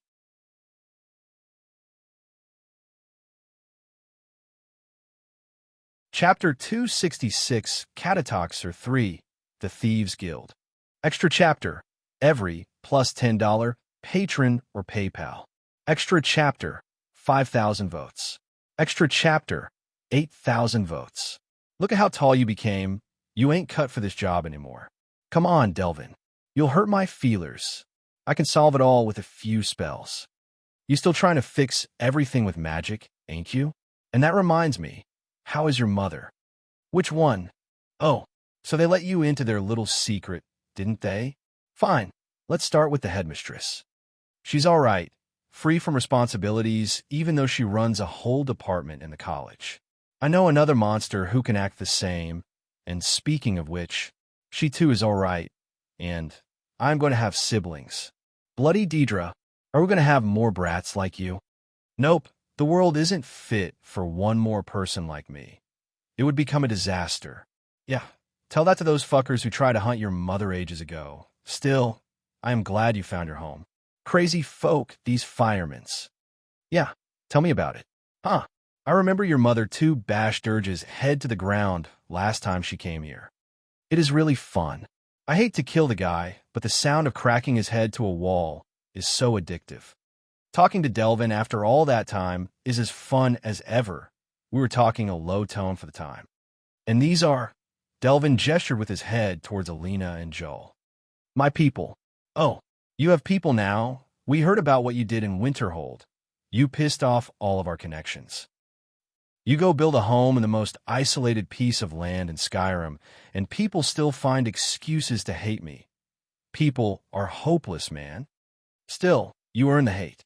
Eriker, Blackbriar, Silverblood, and other names you don't know about made a lot of enemies, and you still walk into Blackbriar territory so freely. Hee hee. A wise man once said, we make enemies to make friends. Who the fuck is that? Me just now. Fucking idiot. Hee hee hee. Still, you earned yourself a seat on the big table, boy. Come. Delvin led me to a table where he sits. There were plenty of seats, but it was only the two of us. Alina and Joel sat at the table behind me. Alina seemed to not like the place, but Joel was curious. That was the case until the other people showed up. Is it you, Dare? Brynjolf, another old friend, appeared. Vex and Tanilia came too. The boy became too large, just like what Delvin said. This will be the end, huh? Vex said, come on, big sis. Don't be so hard on me. I can still prove I am good. How come? The security in your Winterhold is slobby, she said. Oh, first of all, there is no security measure that can work against you. And I know that you didn't come to Winterhold. Tanilia is the one who came to negotiate terms with some of the traders, but failed miserably. And now we are playing in the open. So you knew I came. Come on, Tun. That is my town, and I keep an eye for outsiders. You taught me that. And we are regretting it now. Vex said, you guys just had to come to me. I know I own a lot of money now, and I get too much in the light, but you need me. I know Maven and Eriker are upset with me, but I appreciate that we are still friends. Brynjolf, Delvin, Vex, and Tun looked at each other. They got what I'm trying to say. So you're saying friends share? Delvin asked. Friends share. I replied. Ha ha. The little red cat is back. Veckel, bring this boy a big man's drink. Finally, I get the big man's drink. After all these years. I was genuinely excited about this. Here you go, John. And welcome back. Veckel, my man. 2 soft drinks for the ladies, and if you have some fresh fish. Weird order. Veckel tilted his head. Before I reply, a black cat jumped from under my chair and sat on the table. For her meow jesty. Everyone widened their eyes when they saw Nefertiti. What? You guys think you can act all shady around me without me having someone who can actually sneak on you? TSK, TSK, TSK. Too mistaken. Oh, I see, things have changed. So, what is the King of Winterhold giving us? I showed good faith lately, helped your people in the college a lot, you know? Yeah, we heard of it. What else? Well, as you can see, the Dare Dragon Company and the East Empire Company are expecting a baby. I said then, thought of it again, gross, right? I try to make it badass in my head, but sounded so gross out loud. Point is, we can reach places the East Empire Company can't reach now. With the decline of the Empire and the current state of its international relationships, places like Morrowind, Black Marsh, and Eastern Skyrim will be hard to trade with for some time. With Winterhold best trade route being the sea, we will connect that all together with our neutral stance. But you can't handle all that alone, and that's where you need us. Delvin followed up. Couldn't put it better myself. Silence took over for a while as Veckel brought up the drinks and the fish for Nefertiti. We took sips while thinking of the next move. I see. But what guarantees that what you said is true? Vex asked. Oh, come on, just one word. War. The atmosphere turned gloomy all of a sudden. The word war is not something a thief would want to hear. It wrecks business and causes lazy, clumsy people to sober up. It empties the coffers and makes life hard for everyone, starting with the thieves who get a lot of competition during the time of war. The main reason why thieves would hate war the most. You don't have a proof. Vex tried to deny me, but Delvin and Tanilia interrupted her. He is right. What he said is true. I smiled at their reaction. We were having a rough time lately. This curse haunting the guild is making everyone's life hard. Tell you the truth, your offer is the best thing we got so far. But what do you want to get back in return? Well, You can already guess that a neutral side is bad for whatever war is going to start. Someone trying to be peaceful will make both sides always suspect that he is working for the other side. I need someone to keep tabs on everybody while supports Winterhold.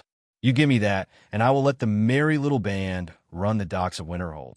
There will be rules, but you will have some luck with me around. Isn't that right, Delvin? You always said that thing. Ah, yes. Your luck is league on its own. The whole guild can get cursed, but you will always be the luckiest brat in the bunch. Glad you still admit that. Fine, kid. We're on board, but only when Mercer agrees. Delvin said and looked at Brynjolf. Easy. I'll convince him. Brynjolf said. Cheers then. Cheers. This meeting went really well. I know the weak point of the Thieves Guild, and I acted on it. They're desperate, but still arrogant, and don't want to admit that they are cursed. Only Delvin understands the matter, and he believes. No, he doesn't believe, but he knows that my luck is different than the guild's. The reason why I came back here was to make some real allies to the Dare Dragon Company. The Thieves Guild cut contact with me ever since I established myself in Winterhold because of the sharp competition I have, but as soon as I fix myself with a powerful partner like the East Empire Company, I managed to make a real footing in the business world. The problem with the business world is that nothing is hardly definite, and a superpower like the East Empire Company would calculate their gains and losses before anything. With the Thieves Guild, I can make the East Empire Company see more gains than losses. This is how incredible the guild can be. They may be thieves and cut purses, but the ones who sit on the big table are the true money magicians. Also, I will be able to control the black market when it comes to Winterhold. An organization I was raised in and learned from is much better than someone I don't speak the same language with. The main point is, I can't control Winterhold on my own anymore. Criminals will appear as soon as the work is done, and the Thieves Guild will surely be the best underworld organization I can rely on. Dealing with a disease you already know is better than one you don't know. We started talking away from business right after that until someone came out from the back of the Ragged Flagon, a large figure in green to yellow scales. Once the figure saw Jellinar, it walked towards her. Hey there, sweet thing. I see you found. Before the Argonian keeps on with his words, a beam of silver light flew towards his face at an insane speed. The Argonian raised his hand and attempted to catch the knife that was about to obliterate his face with his aura, but the knife curved in the air and dodged his hand. His eyes widened, and he dodged right away. Call me that again, and you won't be this lucky.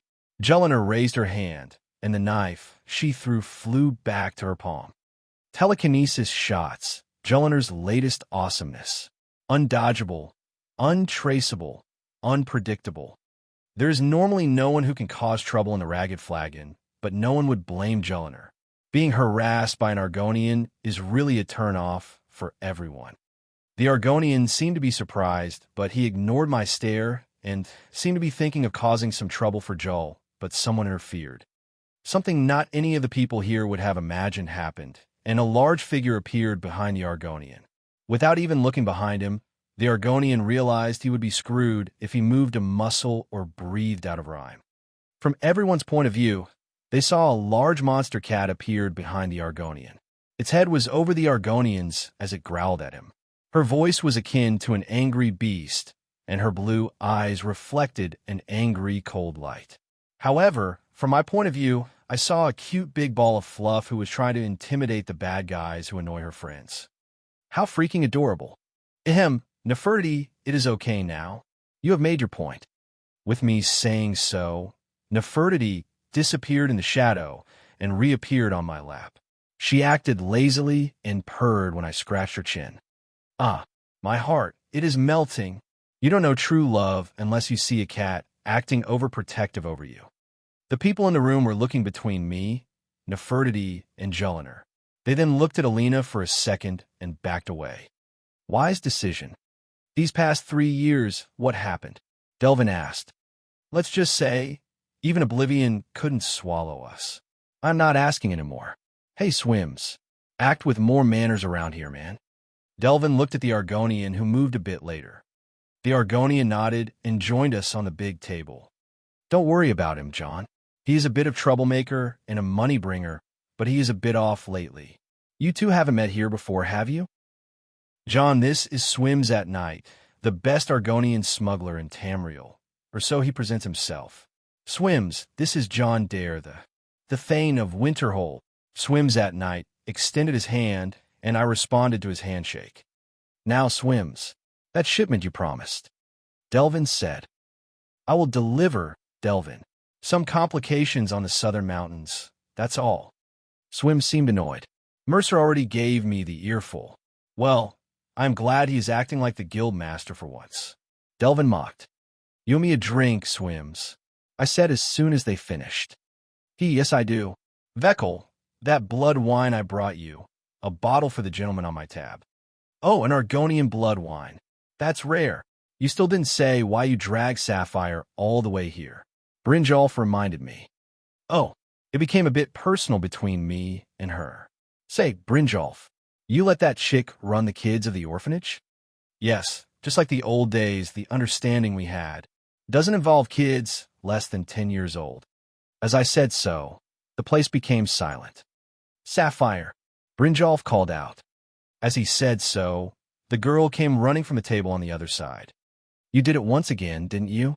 The kids were younger than what I told you. But, Brynjolf, these kids came to me. And you had to shoo them away. Brynjolf said. Wait. Came to you? I asked. Yes, they are hungry. Why? Is there a food problem in Riften? No, it is that devil who runs the orphanage. Delvin said. Wait, Grellet is not feeding the kids now. It is far worse than we thought it would turn out. The place is turning into a mess, and the Jarl don't even hear of it. Delvin said. And where did you find the kids? Brynjolf asked me. In the market. Brynjolf glared at Sapphire right away. We said the market is off limits, Sapphire. Damn it. There seems to be something I'm not catching up to. What's with the market? We all operated there when we were young. No, things are different now. The Jarl left most of the guards in the market to fight the Skooma. The market now became the Skooma den and not safe to operate for the rats at all. Last year, a kid was killed by an addict and his body was found in the canal. That's why we don't operate in the market anymore. Sapphire, you're answering for this. Brynjolf took Sapphire from her arm and dragged her into the main hideout.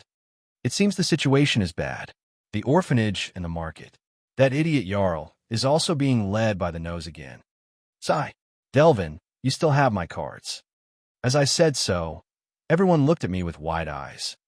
Delvin waved at Vekkel, who came towards me with a tray and black card on it. The black card gasped a drawing of a red cat. Oh boy, I thought you will never ask.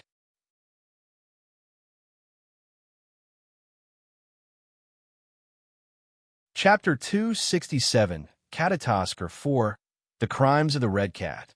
A sponsored extra by Julian Weber. After receiving the card from Vekkel, John immediately went to the market square and stole all the stall and the goods with a snap of his fingers, leaving the card hanging through the air with a simple spell. Catatasker is back. That is how everyone understood it.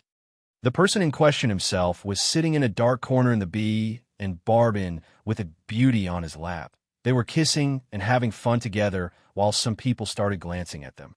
A gigantic Nord man and a pale, dark elf girl. A weird combination, but not unusual in Riften. They later started to disengage when a third figure with a metallic mask joined them. I say you two go get a room, Alina said as she sat down. Sorry, it got in my head after seeing the stalls disappear just like that. So sexy. Joel whispered quietly. Why is it your first time seeing John doing something, Dare? No, it is my first time seeing him being so naughty. For the first time in a while, Alina and Jelinek had a difference in opinion about John's action. Alina was somewhat not comfortable with Riften, while Jelinek blended in nicely. So how did you do it? Alina asked. The market. No, all of them. Still, Alina seemed to be a bit interested. Okay, ask away. John sat back and relaxed, ready to answer them all. They say the first impactful one was the bell of the Temple of Mar. Oh, that one was actually very easy. My friend Alessandra from the Temple of Mara. Alessandra, She is a priestess of Arche who works in the temple's Hall of the Dead. A really unfortunate girl who is growing over the age of marriage without finding a partner. Oh, I see. Arche, priests marry Arche priestesses. That's the custom among them. No one really likes to marry a priest to the god of the dead. It sounded much sexier in ancient Egypt, but whatever. I was on a run with Vex, which was pickpocketing. You know I don't like pickpocketing, right? Vex kind of like pickpocketing more than actual work, even though she's the first pair of boobs I ever picked. No details, John. Right? Anyway, she made me meet her friend Alessandra. The two are Imperials, you see. Alessandra tells me that she talked to her friend Dinya, who is working as a priestess of Mara now. Right? And she's married to that dude, Maramal, who's the head priest in Riften. And she tells him about the guards who are occupying a part of the temple, saying it opened to the Ratway. Right? That one of them is like this scary-faced dude mixed up with criminals, but he's stealing corpses from the Hall of the Dead. And so, Maramal and Brynjolf are drinking buddies, and they get to talking, right? And here comes the good part. Maramal says, "Yo, man, this guy's got some shady business in our temple and chilling. The other guards listen to him, and he may hurt us." Of course, Brynjolf comes to me because he knows I got mad thieving skills. Of course, I ask him, "Did Alessandra tell Dinya to tell Maramal to tell Vex to come to me?" And he says, "Nah, lad. All she said is that it's super legit and whatever's in it, it's up to no good." John told his story. Huh. Alina was completely lost. John and Jeliner couldn't handle it anymore and fell on the ground laughing. As they calmed down, Jeliner explained that Alessandra reached out to John through a chain of mutual friends. I see. John was obviously making fun of Alina, who was out of her natural habitat, but she still couldn't tell what's going on. "Just spare us the story and tell us how you did it," Jeliner said. "Well, you see, Alessandra asked for someone who can deal with complicated situations when it comes to criminals who are in cahoots with the guards, especially the criminal guards. There was that band of guards that started stealing corpses, so I devised a plan to lead out the Who townsfolk towards their location and catch them dirty-handed. Vex and I climbed the temple's lighthouse and installed large mirror panels around the bell, so people think it is stolen. Brynjolf made the people notice, then a mob rushed at the temple, and so they found the corpse robbers, Vex, and I broke the mirrors and escaped afterward. Actually, Riffin's temple has not tower or bell, but isn't that a temple dedicated to marriage? Alina and Jeliner nodded in understanding. So that's what happened. So underwhelming. I thought there would be some profound art of illusion magic that made the town go insane. Alina said, "Actually, it is brilliant. Some mirror panels, and you fool the whole town." Jeliner said. John smiled as he saw the difference between the thrill-seekers Jeliner and the nerdy Alina. "Tell about the city gates time. That one was actually hard to pull. There's that guy in the guild called Ticharwayanin. He used to be a bandit before he joins in, and so he had some relations with them. He heard that a band of brigands is going to raid the town from the north gate in the matter of days, and the guards captain was bought by them, as it seemed he's going to sabotage the hinges and locks of the gate and leave the area poorly guarded. We had to make a stance, and even Delvin participated in this one. I went out as a Loki from maintenance, who came to fix the gate. Of course, our associates joined in and disgusted themselves as guards. Once we drugged the actual guards, we took down the gate and carried it out of town toward the other gate, then left it there and disappeared afterwards. The next day, the Jarl puked blood from rage and put the guards captain to death. Even Jeliner was underwhelmed this time. Yes, I know. In reality, the most boring answer is the right answer. John defended himself. "Tell us about the ship that was left in the market square. This one got to be amazing." Alina said. "Yes, it got to be." Even Jeliner agreed. John sighed and shook his head. "This is the easiest and the shortest so far. Nerina was drunk. End of story." "Wait, that's all to it?" Jeliner asked. "No heroics? No good deeds? Does this even count as you're doing?" "Well, I hate to brag, but convincing a drunk archwizard to lift up a large fishing boat from the lake and put it into the middle of the market is still an achievement." The reason?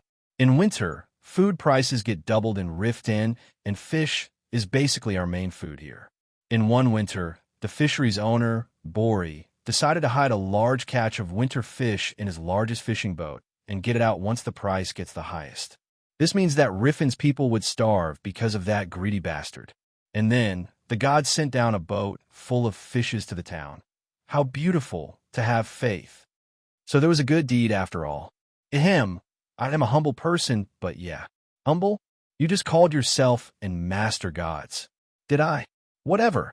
How did you steal the Jarl's voice? That was no good deed, it was just a prank. I only added some poison to her mead, which numbed her vocal cords.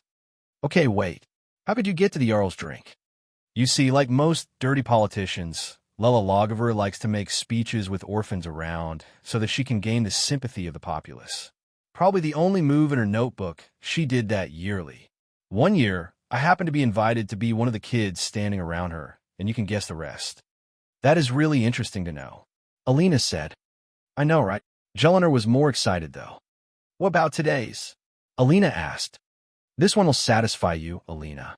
I used greed, as I can shred it into a million pieces and attach it on anything.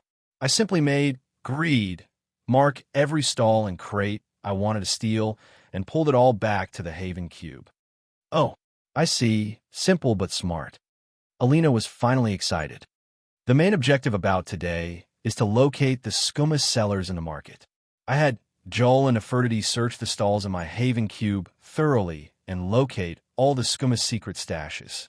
The stalls were marked with a shadow mark, known to Brynjolf, and he will make sure that the guards arrest all the owners of these stalls. Alina was smiling brightly at John. I don't like Riften and how people treat you here, but the idea of a heroic thief is really interesting. I think it opened my eye to a new aspect in life. Even thieves can be heroes. Yeah. John and Jelena looked at each other and shook their heads. Alina was one of Skyrim's nobility, and most of what she saw of John was how a heroic warlord and domineering ruler he can be, which she was totally agreeing with. Seeing John walk among the thieves in the slums of Riften, exchanging insults with them and accepting and changing to be like them was a bit new to her, but realizing that there is a heroic meaning behind all that made her change her mind. It was a different story to Jelena, who swore to live in his shadow and be his merciless blade, even if he is a villain. John didn't have any of those thoughts in mind, though.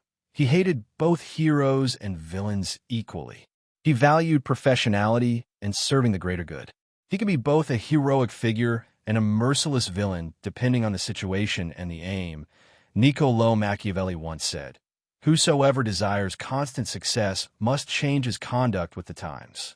Anyway, I'm going to do something for tonight, but I hope that you guys mix yourself with the people around Riften. As you already know, we're going to deal with them a lot in the future. Alina, you normally govern Winterhold in my stead, so keep an eye on how the underworld works. Sure, I will do my best. Joel, you'll try to get along with the guild members. You lead Team Zero, and you need to keep up with the guild's operatives. It is not that hard, but don't underestimate anyone. Fine, but at least tell me about the big ones. Okay, the one who appears in public the most is Big Bro Brynjolf. He is actually the closest to me, but don't let his large build and quiet appearance fool you. This guy has abilities that can put a supercomputer to shame. And what? Never mind it now. Brynjolf is a Nord who can smell money, calculate money, make money, give birth to money, lay money eggs, scam money from people. He just knows it all when it comes to money. Brynjolf is Delvin's true protege. After Brynjolf comes Vex, the silver-haired Imperial. She is a total badass Black Widow material. She is the mistress of action around the guild, from pickpocketing to lockpicking. There is no place where Vex can't go through. She is a lesbian, but don't tell that to Delvin. He may actually die from sadness. Then there is Tanilia the Red Guard. She is the fence, fixer, dealer, trader, and the manager of the internal affairs. She also gives loans and makes the large trades. She is in a relationship with Vekel and may actually kill any woman who approaches Vekel.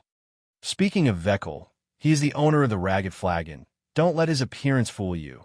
This guy is a pro when it comes to evaluating people. Even Delvin listens to his opinion. Then there are other juniors like Catatosk or the Red Cat, your humble John Dare, There is also a Qian who oversees the supplies and the best person who can navigate in the Ratway, and there is Sinric, a professional jailbreaker, as well as many other juniors. Next up we come to the two on the top. Delvin is the mentor of most of the thieves, and he created the system of the shadow marks. He can be silly sometimes, but he is the best of the best, and he likes to teach others too. His main power, however, is business, and from him, I learn a lot. He is an economic bomb that could dry a town of money and sink another in money. After Delvin comes the top dog, Mercer. He is the guild master, and let's just say it bluntly, I hate that guy. He is bad news, and the reason why the guild is in bad luck. No one has any clue why, but it is better to avoid him for the time being. John introduced all the people he is close within the Thieves Guild to Julliner. Of course, the part about Mercer was only kept to himself. He still has plans for Mercer, but that needs some preparation. Anyway, after the market incident, the city will be on high alert, but I need this will be perfect for me. I will busy myself with something tonight. And Alina, I am giving you a task to enchant some items for me before tomorrow. John handed Alina a paper with the details. I will see to it. What will you busy yourself with anyway? John smiled evilly. There's a certain hag that needs to meet a miserable end, but before doing so, I need to get this baby fully charged, John said as he took out the skull of corruption from the cube.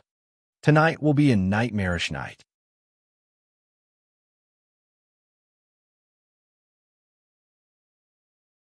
Chapter 268, Catatasker 5, A Grellid Breakout.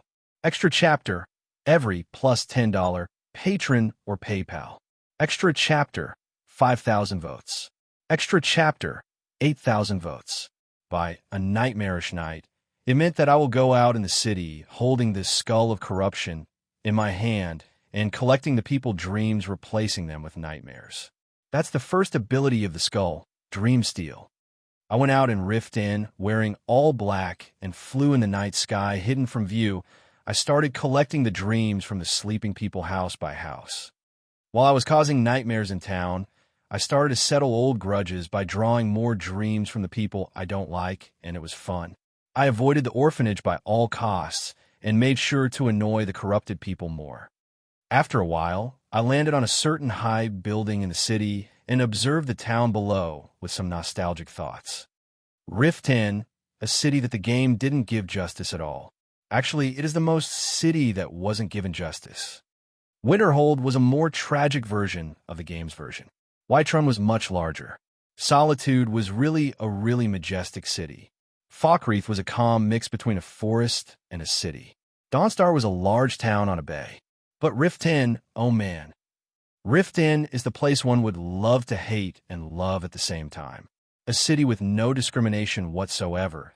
Even though it is in the gutter, Argonians and Dark Elves live peacefully here, even though their homelands are currently at war. Nords here are as slimy as Bretons and love money as much as Imperials. They accept outsiders more than the people of Solitude themselves. A really mysterious place. I would compare it to a medieval rustic version of Gotham City, but that doesn't make me Batman now, doesn't it? A super rich guy who came back to town after he trained outside? Yep, I am Batman. I also remember that I stayed in Rift Inn more than any other town when I played the game. Something about it was just better than any other town in Skyrim. I remember adding a ton of mods to change many things in Rift Inn, from Sexy Rift Inn to JK Rift Inn to Rift Inn, Thief Edition to Raven Gate. I modded the hell out of that town, but the reality was still far better. I always think of it as a blessing that I was reincarnated in Rift Inn rather than anywhere else. Anyway, I was done with the nostalgic feelings and focused on the matter in hand. Are you really going to kill the hag? God damn it, Shadow. Where do you pop up from, man? I was just curious. Hey, can I control that black thing? Fine. I could feel that greed was starting to take consciousness of its own and move to form a figure beside me. It looked like a really bad figure with an evil face and a fluid body. It felt like some sort of a Lovecraftian creature.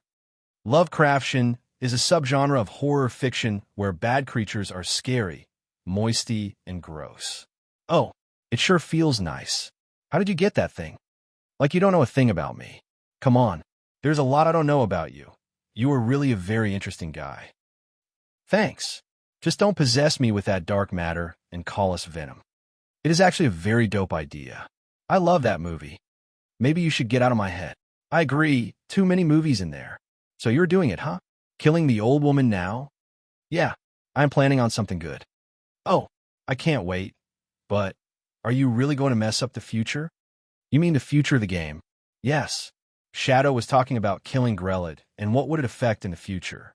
Killing her will surely change things, as she is the NPC the player kills in the game to start the Dark Brotherhood questline. Surely killing her will change things, but I had another idea in mind. The contract on her head wasn't even out yet. Well, look around you. I stared at Rift Inn, a city that its true essence never appeared in the game.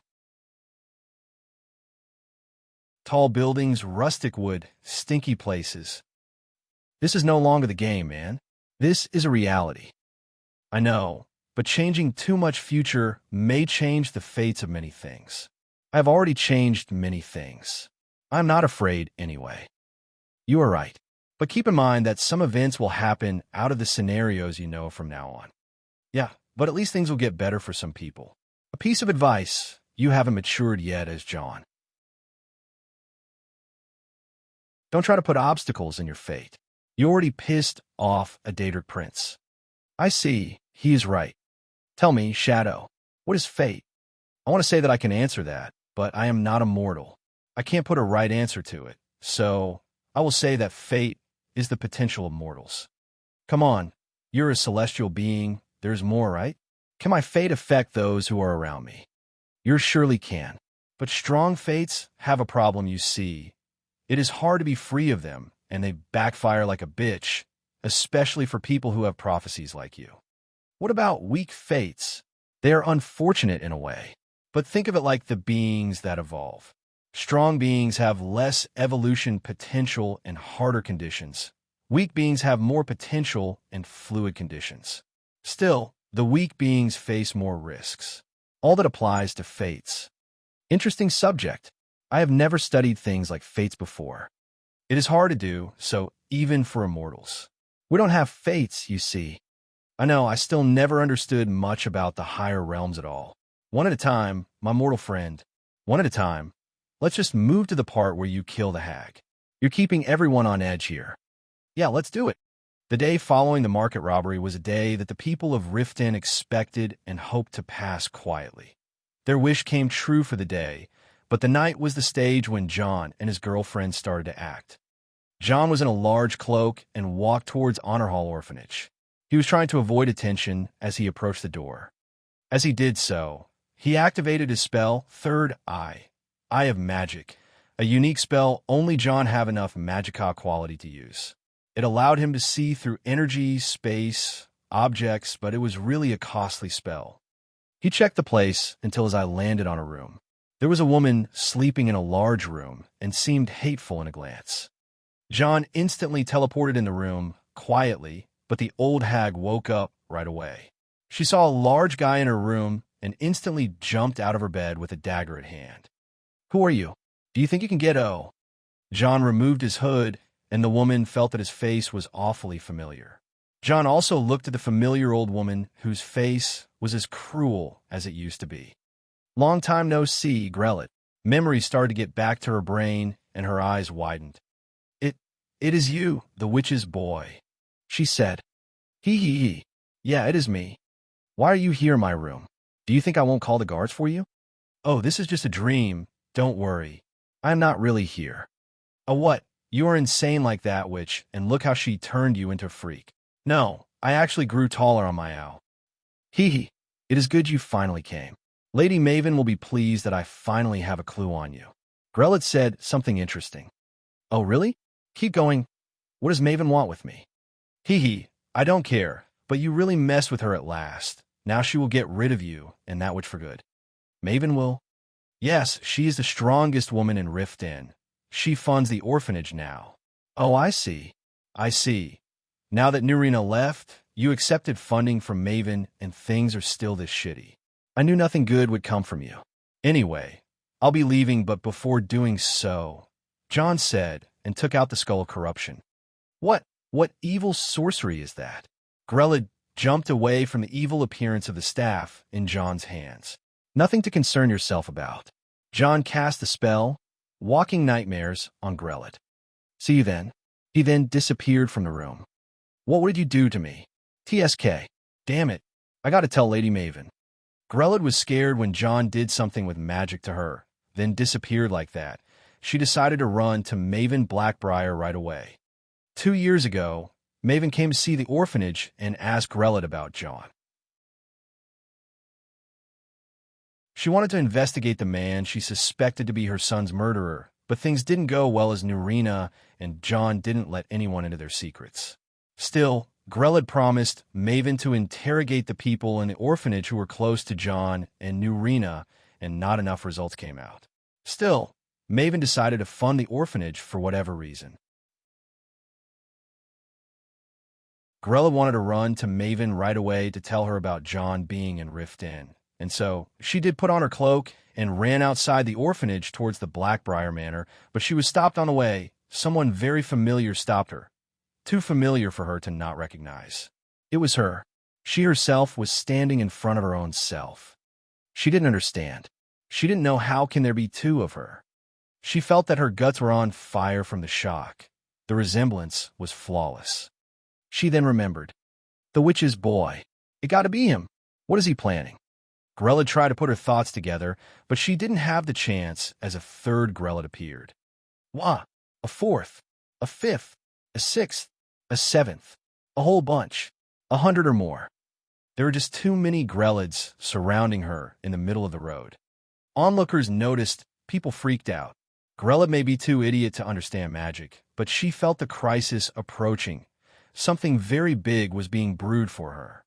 Aowa! Hundreds of Grelod started screaming and shouting like savages. 1,000 feral Grelods broke out in Rift Inn.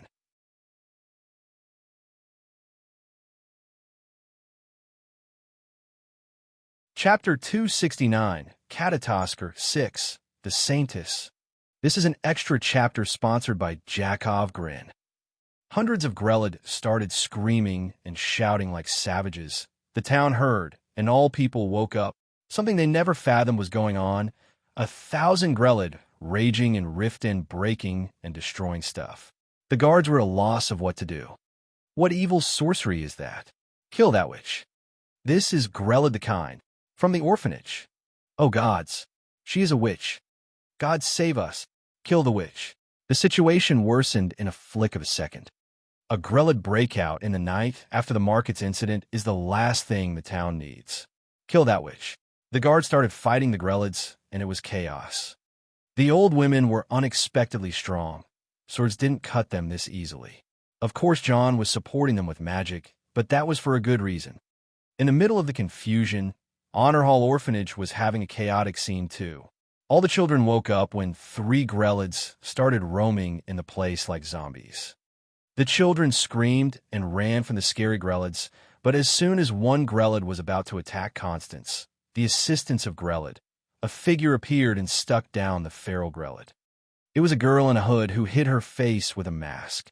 This was Jelena. Hey, take this broom, it is blessed. She handed Constance a broom. Constance was in a shock, but she took the broom right away. As soon as she did so, the other 2 Grelods attacked, and Jelena defeated one with an arrow. As soon as a Grelod was struck down, she turned into nothingness.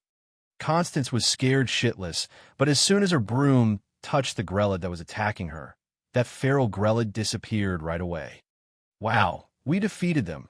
Oh, more coming. As soon as Jelena said that, another 7 Grelods were sent by John. Oh no, that's too many. Constance was freaked out. Don't fear, I have more blessed. Houseware. Jelena came with a name to the enchanted tools John told Alina to enchant. These were random items that were enchanted with holy magic, which were very effective against the doubles made by the skull corruptions. Oh great Kaimara de Bella short son, send us the hemp. Blessed houseware. With a slight pause for John to catch his breath after he almost choked on from laughter, Nefertiti showed up with a lot of items from the shadow. Here are the blessed houseware, humans. Use them well. I blessed them with my paws and fluff. And she disappeared again. A strange silence took over the room. Even Jelliner needed some time to keep up. Oh, they are blessed by the holy cat. Let's do this. Give some to the big kids. Jelliner said. But they are kids. Constance was still scared. Come on, kids. It's you against that dumb bitch Grellet. The time has come to rise. Jelliner realized that Constance is a coward and rallied the kids. The kids responded well and took the frying pans and the brooms from the floor. Nothing was bladed or anything, just safe daily stuff. Beat those Grellets up. Jelliner led the kids towards the 7 Grellets who moved slowly and beat them all. Good, you're brave kids. Now, we can help the rest of the town until the saint arrives. Follow me. Jelliner pushed the orphanage's door open. Jelliner led the orphans to the town and started going after the Grellets that swarmed the place. Those Grellets who were giving the guards a hard time were nothing in front of the blessed houseware. Look, the orphans are defeating the Grellets. They are angels. Assist them. Guards, assist the orphans. Hurry up. The scene outside the town was turning from a bizarre mess to a bit more bizarre mess. The orphans were taking down the Grellets like a charm. Here she is. Here comes the saint. Jelliner, who was among the children, pointed at the sky as someone was floating up there. A girl in a white dress with a blue ice armor over it. She was holding a healing staff and wearing a white cloak. Half of her face was covered with a silver mask, but the other half was revealing that she is an otherworldly beauty. There was a strong aura of sparkle around her as she descended from the sky. A strong magic gushed from her, as if light mixed with wind and frost. It healed whoever it touched and made all the Grellets disappear. In truth, she was just casting a large-scale healing spell with some background effects of wind and frost magics, while John was canceling the walking nightmare power of the Skull of Corruption. The effect of this act on the people was amazing. People started falling to the ground, crying, and worshiping. Even John was in awe of Alina's skill in acting, but it was actually not acting. She was the favored child of Kine, and her Sibyl, practically the leader of the cult of Kine who was granted higher powers. As all the Grellets were smote down by Alina magic, she landed on the ground gracefully. Her long black hair flowed on her shoulders and back, and her red eyes gleamed behind the mask of the Firekeeper. The people cleared a square for her, and she walked gracefully to the middle. Jelliner was close, and she rallied the orphans to stand among Alina. Saintess, you are the chosen of Kine. Please guide us and reveal where the evil witch hides. Jelliner kept with her theatrical act. Alina wanted to slap her face, and she glared at John, who was floating high in the air. As she looked up to glare at John, the people were in awe and kneeled, even more thinking that she is reaching to the higher powers. She's hiding over there in the alleyway. Bring her quietly. Alina gave up and decided to join the act. Noise erupted as the people started to look in the alleyway. Indeed, they found an old woman trying to hide herself, and they arrested her mercilessly. Leave me. Release me. I am innocent. It's him. It's him. The witch's boy. Grellet was screaming and freaking out, but she was dragged in front of the people, and she was put in front of Alina and the orphans. Holy Lady, what do you think we should do? The people asked Alina. The people were still in shock and needed guidance. Silence. The Saintess of Kine will speak. Jelliner raised her hand to calm the people. The people quieted down and looked at Alina, whose appearance was dignified even more. Alina looked at the orphans around her and spoke. Children, how did that witch treat you? Fear appeared on the eyes of the children, but seeing Grellet all beaten up in front of them, courage rose in their hearts. She beats us up. A child spoke. She locks us in the dungeon. She doesn't feed us. The children spoke one after the other. They turned from terrified to ugly and spoke of all the unbelievable things Grellet put them through. The townsfolk couldn't believe what they heard at first, but seeing the angry children, they all understood how these kids suffered. John didn't just kidnap Grellet and kill her for a reason. He wanted the whole town to experience how evil that woman is. He was angry and didn't want the woman to have a good reputation after death. In the game, after the player kills Grelod, the guard will say something like how they feel sad for an orphanage headmistress and how they thought the kids will be devastated while it was the complete opposite.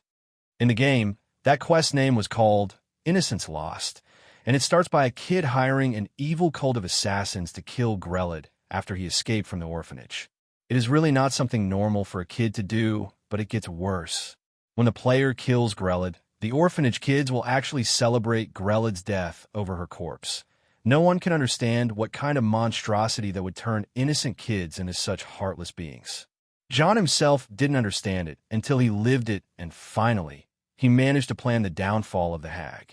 Now, in front of the eyes of gods and men, Alina is going to judge Grelod, but she was still the merciful saint. Who will be taking care of the children then? She asked. Constance will. She is our older sister. A kid replied right away. Where is she?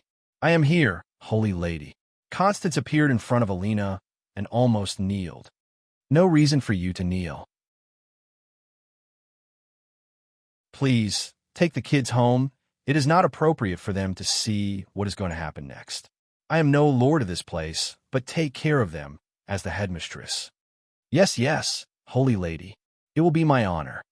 Constance led the kids back to the orphanage even though they wanted to see Grelod get punished, but Alina's aura made them listen. As the kids went away, Alina stared at Grelod. She used telekinesis and held Grelod up in the air, then pushed her on a pole, and a rope came from thin air and tied itself around Grelod. Burn the witch.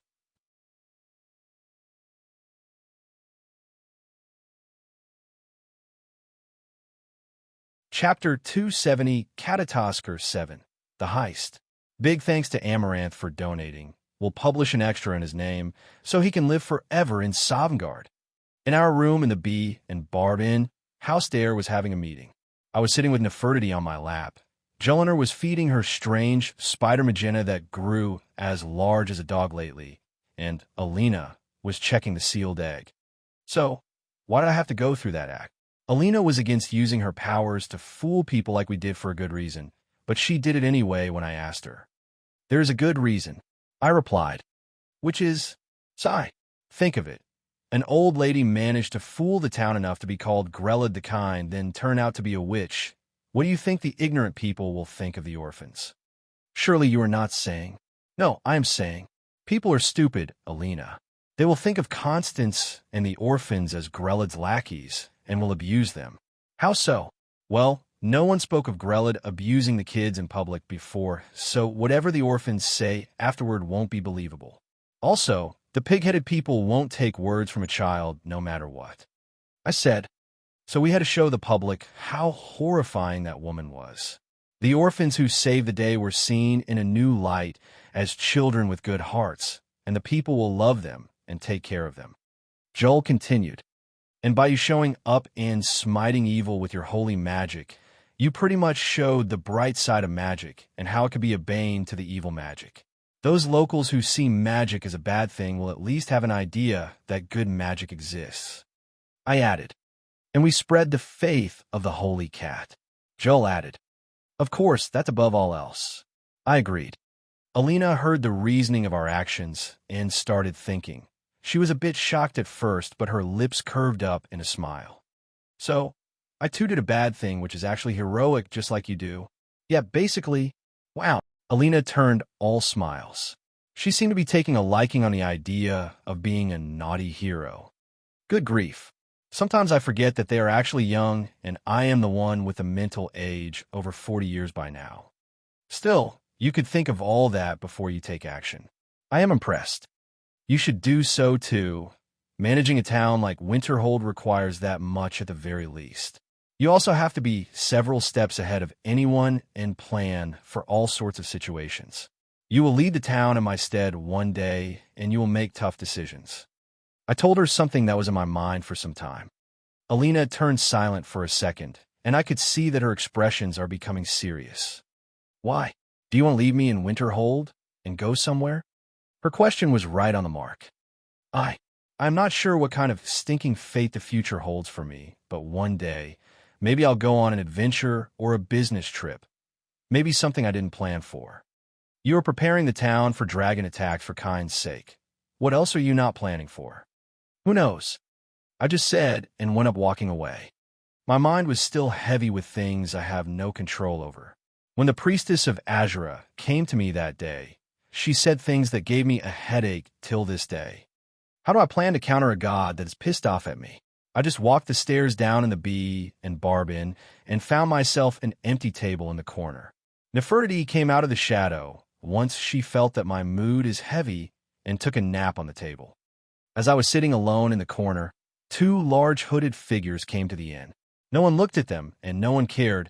Half of Rift Inn are shady-looking people anyway. Still, from the magicka around them, I recognized their identities. I picked a pebble from the ground and threw it at them. One of them noticed and blocked it with his hand. They then walked towards me. John, cousin.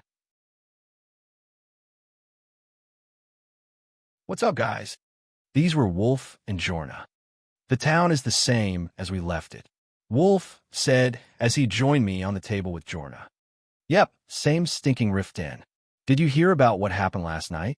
They say Grelid was doing some sorcery, and she tried to invade the town, then a holy lady appeared and burned her on the stake. Wolfer said, Oh yes, it was a grand sight. Oblivion, John. Wolfer snapped out of the blue. What's wrong, man? I know you were behind that. Why didn't you wait for me? How the hell should I know you were coming today? Do you want me to wait for you while poor, innocent children suffer? Also, if you were with us, you may have finished Grelid too quickly with your hammer. You are actually not wrong, but at least you should have let me do something, man. Not cool. I even brought the Fork of Horripilation with me. So you were planning on murdering her before me, you murderous bitch. Humph. Alina is the one who killed her so. Do you think burning that old hag was enough? You should at least left some for me. Fufu, who said we only burned her. I used the Skull of Corruption to cast agony on her while she is burning. You really missed the good part. You cheater. We were going to kill her together. Haha, suck it. Wolfer and I started remembering the plans that we devised long ago to kill Grelid. Many years of planning, but I sadly couldn't wait for Wolf. I still have the memory in my brain, and I can view it on a light screen for him. Are you two fighting about how to kill an old lady in the most horrible way possible? Jorna interfered. Yes. Wolf and I replied with a fire burning through our eyes. You guys are sick. I'm going to see the girls. Jorna stood and went upstairs. Wolf and I kept talking together for a while, then decided to visit the orphanage together. The only one we could recognize in the place was Constance. She was one of the girls who lived in the orphanage with us, and she's a really kind person. We left her with a sum of money and promised to send a monthly donation to the place. We then inquired about our old friends who seemed to have visited the place before us. It also seemed that Akira was in Rift Inn 1 month ago, and she came to see Constance. That Khajiit girl has grown up and became a traitor between Rift Inn and Whiterun. After touring the city for some time with Wolfer and visiting some people, we returned to the inn and met up with the girls. So, what are we going to do now? Do you have anything left in Rift Inn? Alina asked. As you already know, we finished our business with the guild, and I made a grand move as Catatasker. You also made the Saintus Act, which was a really good show. And the party is still not over. I'm having one last show in mind, a very unexpected show. Something only Joel can do. Oh, I am listening. Joel gave me her attention. You have magical spiders in the cube, right? I asked. Yeah. How many? An army? A number? Alina asked. I can't tell, but it is too much, literally an army. Joel confirmed. Okay. How do you even keep them fed? They still didn't hatch, but I keep them all sealed. She said. Not bad. What kind of spiders do you have? Well, I have many jumping fire spiders, oil spiders, poison spiders, and slime spiders. I knew the first 3 kind from the game, but slime spiders? What are slime spiders? They are failures in the majority of the spiders I have. At first, I wanted to make acid spiders, but their internals couldn't handle the acid and started turning it into slime. They eat and poop slime, so they are slime spiders. What kind of slime are we talking about? Oh, a very bad slime. It is not poisonous or anything, but it is extremely slippery and hard to handle. Also, when it dries, it turns into a very annoying glue. Master Nurelian took some of it to make those Gwent cards of yours. Oh, I remember now, the plastic-like substance. Good. We need all the slime spiders you have. That's plenty. I have a lot, so don't blame me if you couldn't handle them. We can always make anti-slime suits. Right, Alina? I'm not sure what you want, but I guess I have no choice anyway. Alina said. Don't worry, it will be fun. Is it something naughty but heroic? Alina seemed excited. No, my fair lady. We are doing something evil this time. Oh, Alina seemed turned down. So, what are we going to do? Wolfer asked. I took out a large piece of paper from my ring and put it in front of them. It was a full detailed map of the Ratway. Just like the difference between the game and reality, the real Ratway is a maze that gained its name for a bloody good reason. We're going to flood the Ratway with slime spiders. We need to make the Thieves Guild busy with them while we complete our heist. And where is the target? I paused for a second to Wolfer's question. I then looked at the map and pointed at a certain building. The House of the Thieves Guild Master, the House of Mercer Fry.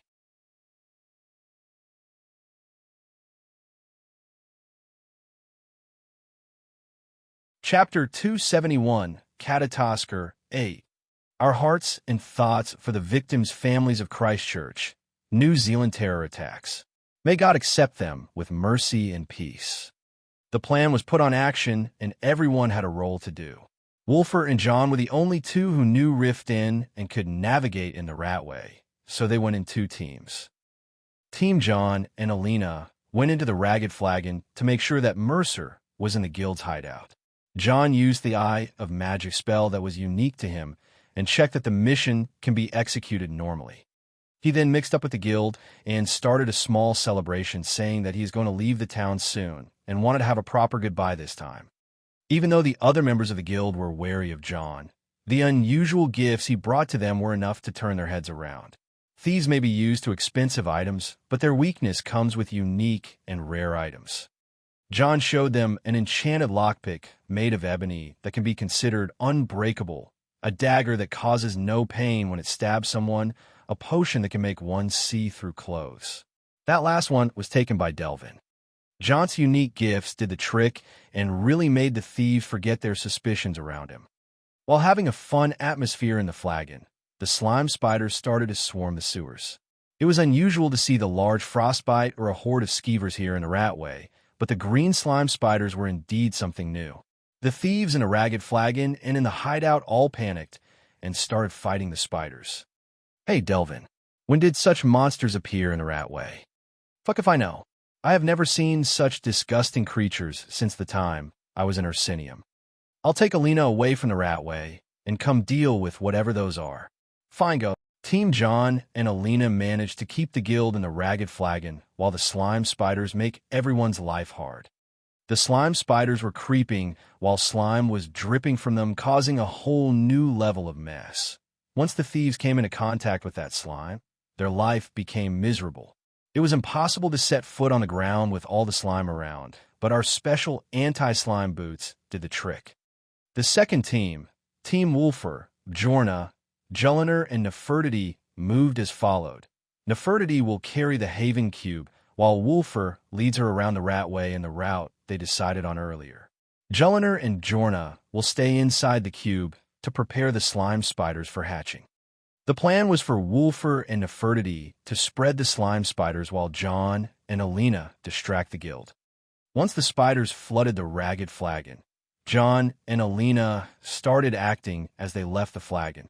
John was careful to not attract any suspicions around him and double-checked that Mercer Fry was still in the guild hideout. Once everything was clear, he rushed towards the meeting point. We all met at a certain section in the Ratway. Wolfer and Nefertiti seemed to be doing a good job. Hummin, too many gross. Well, keep it down a little. Now, let's start the second phase. This time, Wolf, Jorna and Alina were to go out of the ratway and wait for us outside to do the last preparation. Joel, Nefertiti, and I had to go complete the heist alone. The three of us moved as fast as we could to Riftweld Manor, a house gifted to Mercer by Maven Blackbriar, and the place where he keeps the item I am after. As we arrived near the sewer system around Riftweld Manor, I was startled for a second. Damn, what happened here? What's going on? Joel asked. This part was clearly rebuilt once again. No, it was changed than what I used to know. What are you talking about? Joel asked again. See this wall here? This is not on the map. It is also enchanted with anti-magic, so I can't go through it. I thought you were the only one dump in, capable enough to enchant walls. Hey, I heard that, but you are right. Someone is as paranoid as me, or even more, can do that. I can break the wall, but that will make a mess. Also, we won't be able to make the remaining spiders pass through here. What should we do then? Let me think. I was considering breaking the enchantment on the wall and then establish it again, but that will take time. This wall is problem? Nefertiti asked. Yes. Give me greed. Fine. I just had to listen to her. She took greed that blended on her body, and she then walked toward the small drainage under the wall next to me. I could feel her location going rounds and rounds in her abnormal speed until she appeared on the other side of the wall. Brilliant. With greed on the other side, I could pretty much teleport where it is because it is a part of me after all. I disappeared from my location and appeared on the other side with Joel. Nefertiti was waiting for us there. Good job, girl. We were now beyond the wall and in the middle of some corridor. Left or right? Joel asked. Neither. It should have been forward. Are you sure your map is right? She asked. Positive. Not only that, this place wasn't like that from my memory. What do you mean? Remember the one I took action to steal the bell from the Temple of Mara and attract the people to the temple? This place is where the corpses robbers used to smuggle them. I checked the place later to the accident, but it wasn't like that. I see. But how can an underground structure change that much? I was thinking about the same thing when an idea struck my mind. Could Mercer have done it that way? That is the only possible explanation, but would he really act too risky? I think he used that item. You are speaking too much gibberish, John. Sorry, I replied nonchalantly and looked at the map in my hand. I had now had to pinpoint the location I want and move based on it. That will be the best way to find it. I was sure I'm going to find it there, as it wasn't on Mercer, and I'm sure he can't hide it from my eye of magic. It is possible to hide it in a non-physical form, but I am sure that the theory is too advanced for Mercer to understand. We started moving to the location where I think I can get a better access to the sewer tunnels under Riftweld Manor, and I wasn't off the mark. I was planning for this heist for too many years after all. There seems to be no way ahead, Joel said as we reached a dead end. I don't think anyone can seal the sewers all for himself. He should at least leave some room open. Why would he? Do you really want to live in a house with a sealed sewer system? Oh, I see. That would be too stinky. We tried a tunnel after a tunnel until we finally found another drainage.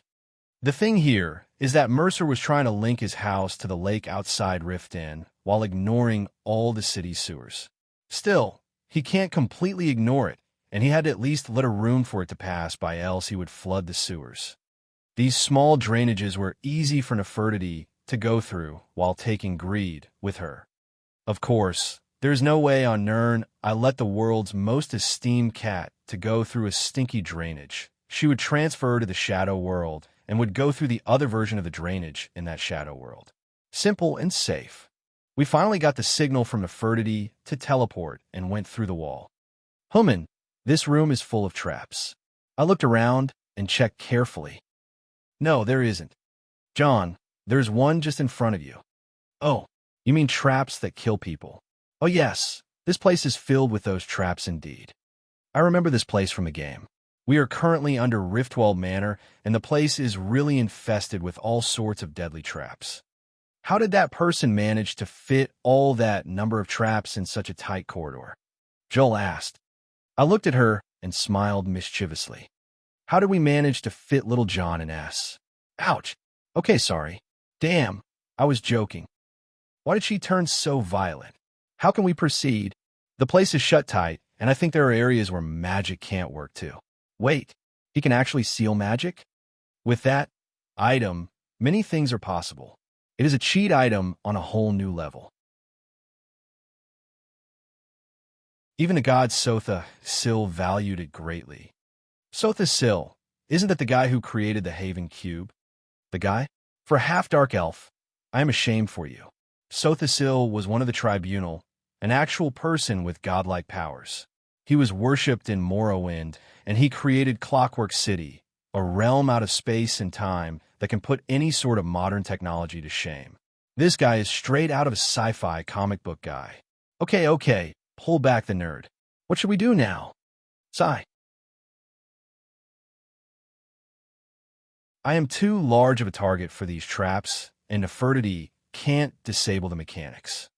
And that leaves me? Perfect. Joel readied herself and stretched her body. She then looked at the corridor that was filled with traps and started to calculate her movements. Here, you can equip Greed on your body. It will be able to draw energy from me when you are in a magic-sealed area, and it will protect you. Fine. Greed spread itself on Joel and covered her head to toe. I then cast Hasten Spell on it and waited for Joel to move. We have less than half an hour. You should go now. She nodded and walked the corridor. The first part was a pressure plate room that one wrong step may lead to a disaster. I really wanted to teleport, but my magic was hard to pull out. If I gave myself a day, I can overpower the magicless room, but it needs time. I controlled Greed to make Joel walk on the ceiling and avoid trouble. At the end of the room, Joel found a switch to stop the pressure plates from functioning. The second part was a ton of slicing blades and spikes. Kind of mysterious how Mercer managed to install them. Joel performed a gravity-defying performance in avoiding those traps. The flexibility of her body is something that can't be achieved by just effort. She's a real spider lady.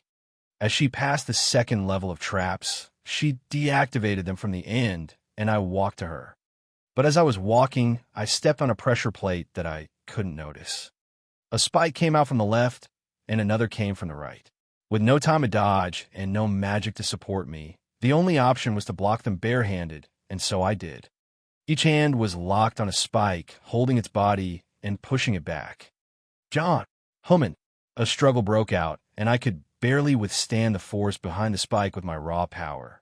The muscles of my upper body were all in usage in the struggle, and I unleashed the raw power of the 4th level Iron Bones physique. With all the power in my hands, I pushed the spikes away and jumped out of harm's way.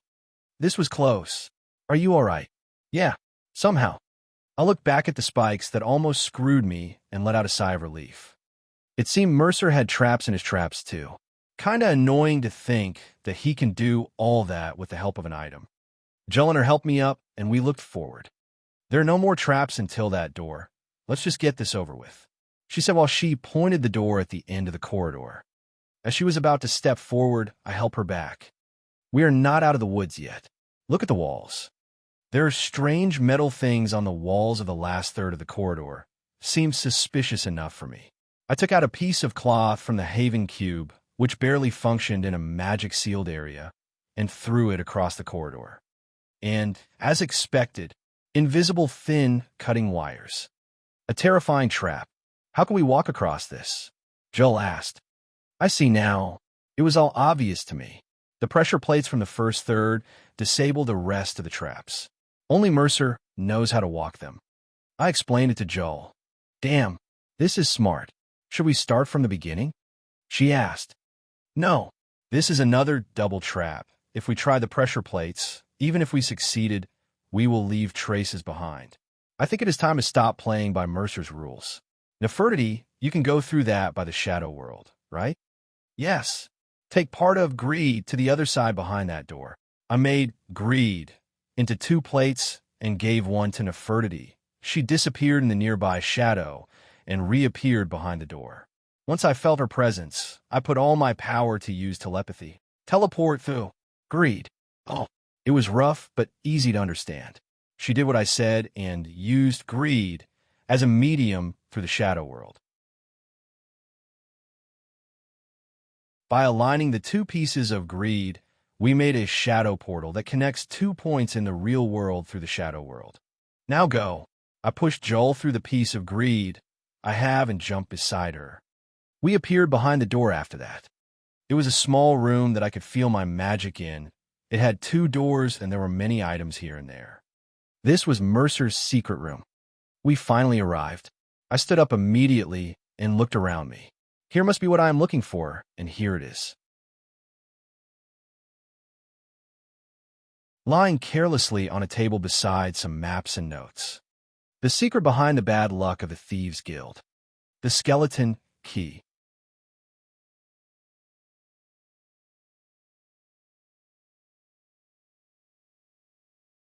Chapter 272. The Skeleton Key. The 5,000 votes, extra. The skeleton key, just lying carelessly right there. My head blanked out for a second, but in the next, I snatched it like lightning from the desk. To throw such an item in such a place, what kind of idiot is her? This atop of a collection item. Something that its worth can't be measured with any amount of gold or gems. Between all the valuable things in this room, this skeleton key is the most important item. What is this skeleton key? Well, that's a hard thing to answer. Let's see. Imagine it at the master key of anything and everything. And if that is not enough for you, then I don't know what else is. It is an item that appeared on every main Elder Scrolls game and always created a lot of uproars. In the right hands, or even the wrong hands, its powers are simply limitless. It is a Daedric artifact created by the Daedric Prince Nocturnal. In appearance, it doesn't always take the form of a key, and sometimes manifests as a lockpick instead. In its key form, it can be used to unlock any lock. As a lockpick, it is nigh unbreakable and can get past even the toughest locks. The artifact functions as a tool for unlocking all things, and by all things it means all things physical and non-physical. And that includes portals, potential, magic, matter, power, and many unknown possibilities. Whatever that can be turned on or off is all possible. Want to make a no-magic zone? Then lock the magic in the zone. Want to make holes in walls? Then unlock the foundation of a certain sector in all by a key. Want to build a wall? Then do the opposite. The possibilities. My head started going left and right with that thing in my hand. I could do many things that the game didn't allow the player to do. The skeleton key took many appearances throughout the years, and this time it looked like a key with many projections and tips that vary in shape. The bow of the key was a black knob with blue markings and seemed rather off for a key, but whatever. Still, the feeling it gave me was very mystical and profound. Between all the valuable things around here, you go for that thing. Joel's words woke me up from my state. It is what I am after. Let's get out of here. As I said so, I walked away from the desk, but I heard the sound of something snapping. The drainages around the room started flooding its water, and the room's door got locked by a hidden mechanism. Mercer, you fuck. I cursed with anger, but I remembered that I don't need the door anyway. Nefertiti, I wanted to go out and collect the other half of greed and activate the traps Joel deactivated. You are too greedy, Hillman. One thing at a time. Nefertiti replied and disappeared. What should we do? Joel was a bit worried. I want you to fill the room with slime spider eggs and make sure that they hatch right away. And don't worry, I got this. I cast telepathy and tried to contact Alina. What took you so long? It wasn't as easy as I thought. Do it now. On it. Alina, who was already outside, started to cast a custom spell that connects our magicka to each other. We created a magicka link, and I started to materialize it. Once we matched our wavelengths with each other, I started to cast teleport, but I had a good idea, and I stopped right away. I looked at this skeleton key and, oh yeah, I used the key in on a magicka I released and unlocked the space. BZZZT. Wow, it appeared. A real portal appeared. Through it, I could see the rooftop that Alina was standing on. Hey, I waved at Alina, whose jaw dropped when she saw the portal. Oh, look, it's John. Wolfer responded normally. I'm sure he doesn't understand what I did. Human, I am done. Okay, good. Let's go. I grabbed Nefertiti and Jeliner, then pushed them through the portal. As I made sure I forgot nothing, I went through it after them. I looked behind me, and I saw a circular rift in space. I don't even know how to cast a portal spell, and I just did it with the skeleton key. I put the key through the rift and locked the space once again. BZZZT. WWW. What did you just do with that thing? Alina grabbed me right away. Oh, this. Long story. I'll explain later. Wolf, did you distribute the slime spider eggs on all the locations? Yes, they will have to deal with them for at least a week or so. Good job. The spiders may go outside the rat way, but they are harmless in most cases. Job well done, guys. 3 days have passed since the heist on Mercer's house. Each day, I went down in the ragged flagon and helped with exterminating the slime spiders. In the second day, Mercer's face was so pale, and he didn't look well at all. He was reading a few books behind his desk in the office. He started asking questions about magic, and then asked me about books about famous artifacts. Luckily, he was guided for a book called Tamrielic Lore written by Yeager Bagarn, the last living dwarf. The book mentions the most famous artifacts in the world, and I could see that Mercer was reading on page 366. That is the page that talks about the skeleton key. I remember it mentioning that a limitation was placed on the key by wizards who sought to protect their storehouses, where that the key would never be the property of one thief for too long, eventually disappearing. This line seemed to have caused Mercer to almost cough out blood. Well, that enchantment is true, but it was erased at some point in time. Still, that is a common theme among many artifacts. King Ordnum's coffer is the same, an artifact that can produce gold until it mysteriously vanishes once it makes its user rich enough to shame the wealthiest of merchants. Oriel's bow and shield also were the same, as the bow would disappear if its energy is overused, and the shield would abandon the owner in the hour of most need. The same went to the staff of Magnus, that abandoned its owner if he became too strong for the balance to be broken. This was a really common theme, as only people with strong fates can hold these artifacts long enough. That line that made Mercer made an unsightly face. Well, I don't care anymore. The key is mine, and I kept it in a containment chest, something that even Shadow, a remnant of a high-ranking immortal spirit, described it as a tricky toy. As long as I don't catch the eye of Nocturnal, the Daedric prince who owns the skeleton key, I guess I am mostly fine. I also asked Shadow before I steal the key, and he told me that the temperament of Azura is different than Nocturnal. Azura might be a prideful goddess who hates mischievousness, but her sister Nocturnal is quite the opposite, as she actually enjoys a good heist, so I might even get blessed by her for stealing the key from Mercer. All for the good then. I decided to leave Rift Inn after the city started to calm from the 3 major accidents I caused in 1 week. I know. I am a famous disaster child that caused trouble for everyone before even getting born. But this far, I butchered the storyline of both the usual storyline of the Dark Brotherhood by killing Grelid and the storyline of the Thieves Guild by stealing the skeleton key. Things could be the way they were for the Dark Brotherhood, as joining them requires killing someone they were going to kill, and oh man, I know plenty of those. The Thieves Guild storyline will be the problem, but I am sure that it will be far easier with Mercer losing the skeleton key. I actually messed up most of the game's storyline by being just rebuilding Winterhold and messing up with the Empire and the Stormcloaks. Still, I don't regret it. Fate is a bitch, and I know it won't disappoint me. Now I was sitting in the Haven Cube, while the rest of my group were traveling outside. I was studying the skeleton key with all my heart and mind. First, I am super interested in the original enchantment that the Daedric Prince Nocturnal put on the key. To speak of Daedric artifacts is to speak of the Daedric princes who created them. How so? A Daedric artifact is practically part of the Daedric prince that they sent from Oblivion to Mundus.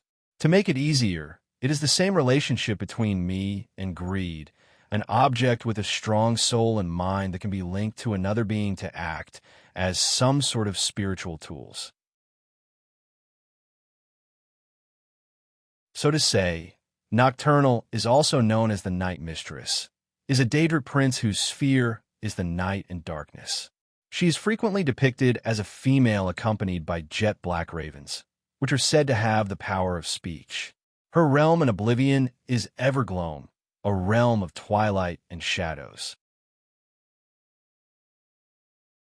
Her artifacts other than the skeleton key are the gray cowl, which was worn by the most infamous thief ever lived, the gray fox, the one I inspired my red cat cowl and Catatosker title from.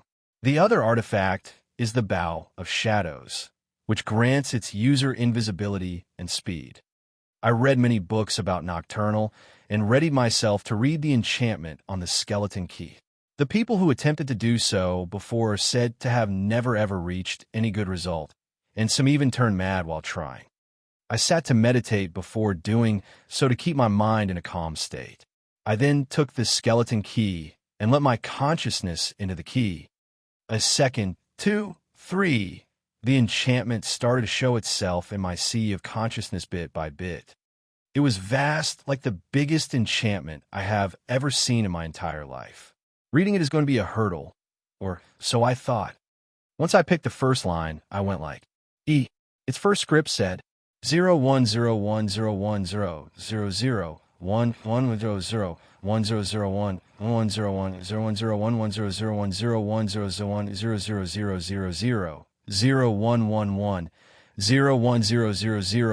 1101001001000000000000000000000000000000000000000000000000000000000000000000000000000000000000000000000000000000000000000000000000000000000000000000000000000000000000000000000000000000000000000000000000000000000000000000000000000000000000000000000000000000000000000000000000000000000000000000000000000000000000000000000000000000000000000000000000000000000000000000000000000000000000000000000000000000000000000000000000000000000000000000000000000000000000000000000000000000000000000000000000000000000000000000000000000000000000000000000000000000000000000000000000000000000000000000000000000000000000000000000000000000 A binary code.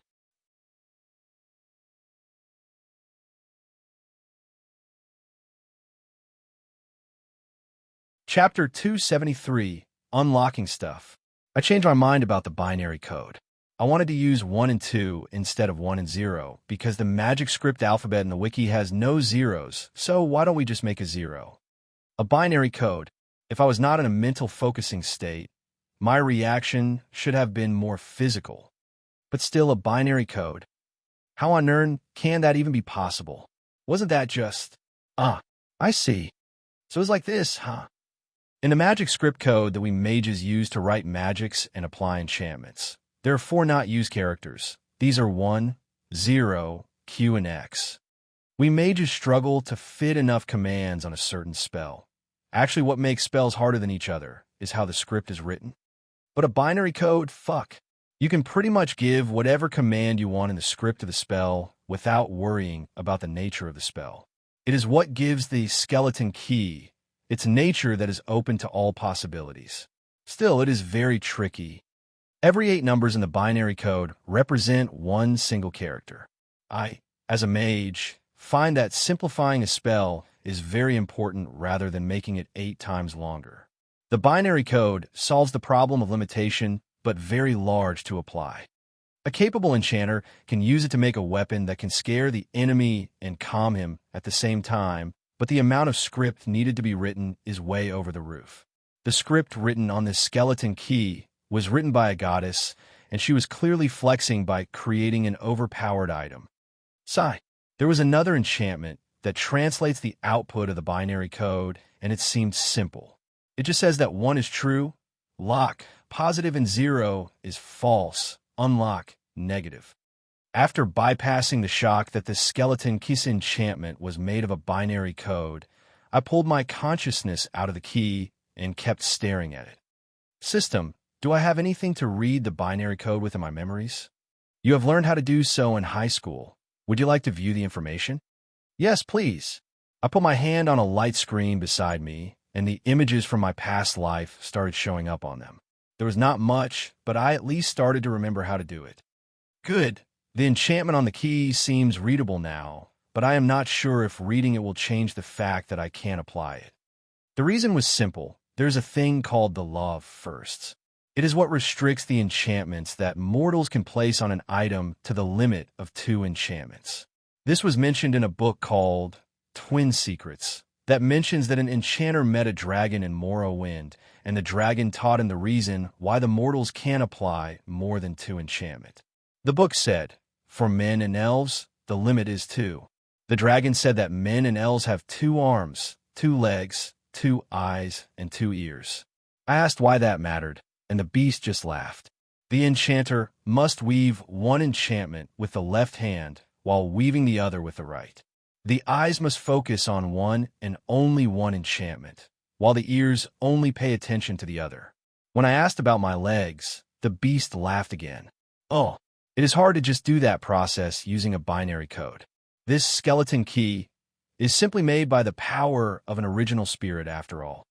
I sighed and put that at the back of my head. Maybe one day I will be able to use the binary code to enchant, but there will be great limits. Also, about using the skeleton key, it also doesn't come for free. There are restrictions, and these are magica. Even for a person who is overflowing with magica like me, I would rather use a soul gem to provide the key with energy rather than using mine. This is how Mercer used the key after all. There is also another restriction. One must know what they're going to use the key on. You can't just go, hey, let's unlock my talent of magica, or let's break the curse that causes me not to sleep. Knowledge is essential when using this skeleton key. And here comes the first thing I want to unlock. I'm going to unlock some restrictions on my potential. Ever since I started meditating to cultivate essence energy from the Anuic and the Padamic energies, I discovered that I need to use a certain number of energy points and energy channels, acupuncture points, and meridians. The number of the usable energy points determined what energy channels I'm going to use in meditating, and here comes my problem. When I started, I could only use 22 energy points, and the number have risen to 23 once I broke through the 3rd level, Iron Bone stage, Dragon Frame realm. Now as I have gained the skeleton key, I can do much more. I'm going to unlock all these points and unleash my meditation potential its bestest. And so I began. Taking the most comfortable position, I started to meditate. I focused my attention on circulating the energy and on the key. Once I reached a certain point, I started including the key in the process and gave it a command to unlock the energy points. Suddenly, as if it gained consciousness on its own, the skeleton key shot up and aimed itself towards me, then stabbed towards my heart. I was terrified at first, but I sensed a keyhole forming on my chest. The key fit itself in. Click. Seriously, the sound of an energy point opening is a click? I wanted to cuss, but I started to feel a new energy activity around my heart, and the meditation I was performing became a bit better. The key shot out and went to another energy point, formed a keyhole, and click. Sigh. I regained my focus again, and the key kept going. It took me a lot of time, but I was clearly able to clear all the 64 energy points. The speed of my meditative training soared up, and I felt my bones breaking. Shit, another breakthrough. Breakthroughs in the Iron Bone stage are so fucked up. My whole damn skeleton gets so damn painful. I barely suppress my screams each time, but this time was truly unbearable. Groan. I barely held it together, but it was worse than before. The process that should take a few minutes almost is taking more. The reason was clear. This was not a single breakthrough. This was 2 breakthroughs. And here comes the second. Brace for impact. Groan. It hurt like a bitch, and from my back on top of all. These bone-breaking strokes of pain are the parts where I should keep my meditation focused. Think of it as minor tribulations between the small levels. I only wonder how bad will it become on higher levels. I calmed myself and started slowing my meditation so that I can wake up. My vision was clearer than before when I opened my eyes and my senses were heightened. I could tell that jumping up 2 levels in one go is incredible indeed. I am now at the 6th level, Iron Bone stage, Dragon Frame realm. I can summon 6 fire WIRMS from my soul, but I am not good at managing them yet. I was in my private space in the Haven Cube, and Alina was sitting just across the room meditating. I used telepathy and talked to her. Keep calm, it is just me. I want you to keep focusing on meditation and not get distracted with whatever happens. She can't answer me anyway, so I guess not stopping her training is an approval. I took this skeleton key that was floating in front of me and sat behind her. As I put my palm on her back, I started sensing her energy points and channels and how she meditates. I will assist you now, so don't panic. As I send her that telepathic message, I readied the skeleton key and started focusing it on her energy points. It did as I expected and formed a keyhole on her body. When I placed it in the keyhole, the click sound came. I kept following the energy points on Alina's body. She had fewer open energy points than me, around 18 on her own.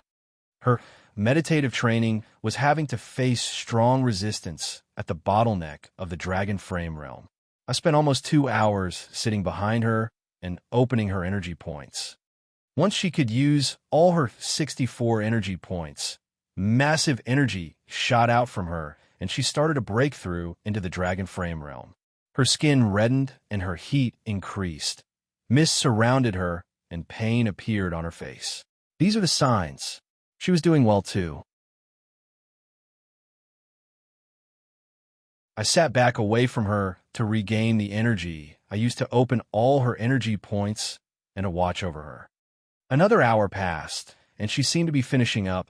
All that was left was for her to spit out black and pure blood, and she will be grown. And here it comes. Alina spat the black blood and kept coughing. I know the feeling. This is incredible. Congratulations. I sat beside her to calm her down. Her body was going through a strike of heat after breaking through the limit of the normal people. As she cooled off, she looked at me with wide eyes. You are my hero. And I got hugged.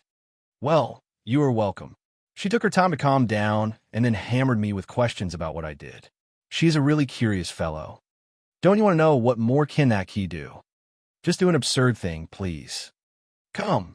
I took her hand and walked across the room where we keep our private stuff. In a certain place, we found what we were looking for. The egg. She asked, what else? Let's unseal it. I merely put the skeleton key on the malachite container that was sealing the egg and a keyhole formed. Wow. Alina was impressed. It seemed that the seal needed a considerable amount of power, so I used a soul gem to support the process, and click. For a key, it has quite the sound effect, isn't it? Anyway, the malachite broke open and the seal was lifted.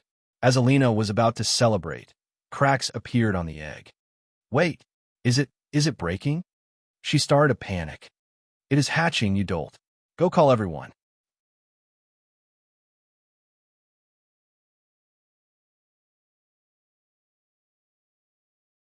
Chapter 274 from Somerset. Extra chapter. Every plus $10 patron or PayPal. Extra chapter. 5,000 votes. Extra chapter. 8,000 votes. 5 humans and 1 cat in a humanoid form gathered around one egg watching it hatch. The egg, that was larger than even an egg of an ostrich, was showing strong signs of life. Alina was sitting in and singing a song of life from the druidic teachings while warming the egg with magicka. Every one of us was revealing our thoughts about what's in the egg out loud. My thoughts are a giant sea serpent. Wolf. Want a bet? John, I told you is not a reptile wolfer, even though it can be a cliff racer. Jorna. A cliff racer? They were whipped out on the hands of a Dunmare saint. No one wants them back to life ever again. They are nightmares. Joel. It is not any of that. It is something that fluffs. John. Good guess, Homan. Nefertiti. I just wanted to be a dragon so bad. John. You know it's impossible. Dragons don't lay eggs and have nothing to do with mating. Joel. No wonder Alduin wants to destroy the world. John. Nice one. Wolf. Fist bump. Can it be a new kind of cats? Nefertiti. I like the idea. John. The rest. Or maybe it could be a phoenix. John. What's that? Wolf. A mystical bird that doesn't exist. Jorna. There is no mention to phoenixes in the game so far, so I can't possibly make them. Don. Oh, hey there. John. How long will the baby take to come out, Homan? Nefertiti. It is coming out, look. As soon as Wolfer said so, the eggshell broke open slightly, and from the gab, a loud baby bird shrieking came out. Look, it's a beak. It's a baby bird, Joel said. Everyone around turned silent while watching the egg hatch. The bird inside started breaking the shell bit by bit slowly. Once it took a few minutes breaking a part of the egg horizontally, it started to push out. The egg snapped open very slowly, and we took a tiny glimpse of what's inside. The things we could tell about the chick was that its size is that of a full-grown cat, which is very large for a chick. Its body was featherless and so pink, it was really a newborn creature. All of us were making AOE when we saw it. Alina stopped singing and looked closely at the baby bird. It pushed the eggshell more, and at last, we finally could see its appearance. What is that? Wolfer exclaimed. I have never seen anything like that in my life. Joel seemed to be ignorant about the creature too. Alina seemed to have an idea, but Jorna and I could tell what it is right away. It had large dark blue eyes that were seen under its newborn eyelids, and also its beak was dark-colored. Some feathers that were still wet, they seemed to be snow white, but on its head there were some blue feathers. That is nothing odd, as the oddities haven't even started yet. First, its size, which was really large, but we have already noticed that. Second, it has ears, large ones growing on the top sides of its head, unlike the other birds which have them in a lower position without even extending out of their bodies like this bird. Third, it had a tail, a long one that resembles that of animals. Last, it had 4 limbs and 2 small wings in its back. A griffin. Jorna and I were dumbstruck right away. There is no way a griffin would appear here, in Skyrim. The others looked at us waiting for an explanation, but we were too busy wrapping our heads around the situation. A griffin? Should that be a creature that only native to Somerset Isles? Alina asked. I remember John mentioning something about griffins in the past. So that's one. Wolfer looked at the little bird with curiosity. How can that creature be here? In the hands of the Bloodsails, above all? I wondered. That's not it. Griffin eggs are impossible to hatch under normal circumstances. Jorna wondered too. Well, we have a favorite child of kind. As kind as the mother of man and beast, then it is pretty normal. She was singing for it every day and kept heating it with magicka. I said, Oh, I see. But how did this came to Skyrim? She asked. Don't ask me. You're the one who grew among the firemans, so you at least should have a clue. I said, Not at all. All I know that some rare breeds of the griffins disappeared after the Oblivion Crisis. It was a massive loss for the Dominion's military force. She said, The Dominion? I see. That's why the Thalmor were pushing the attack on Japheth's Folly around and handed a list of demands to the East Empire Company. I remembered something.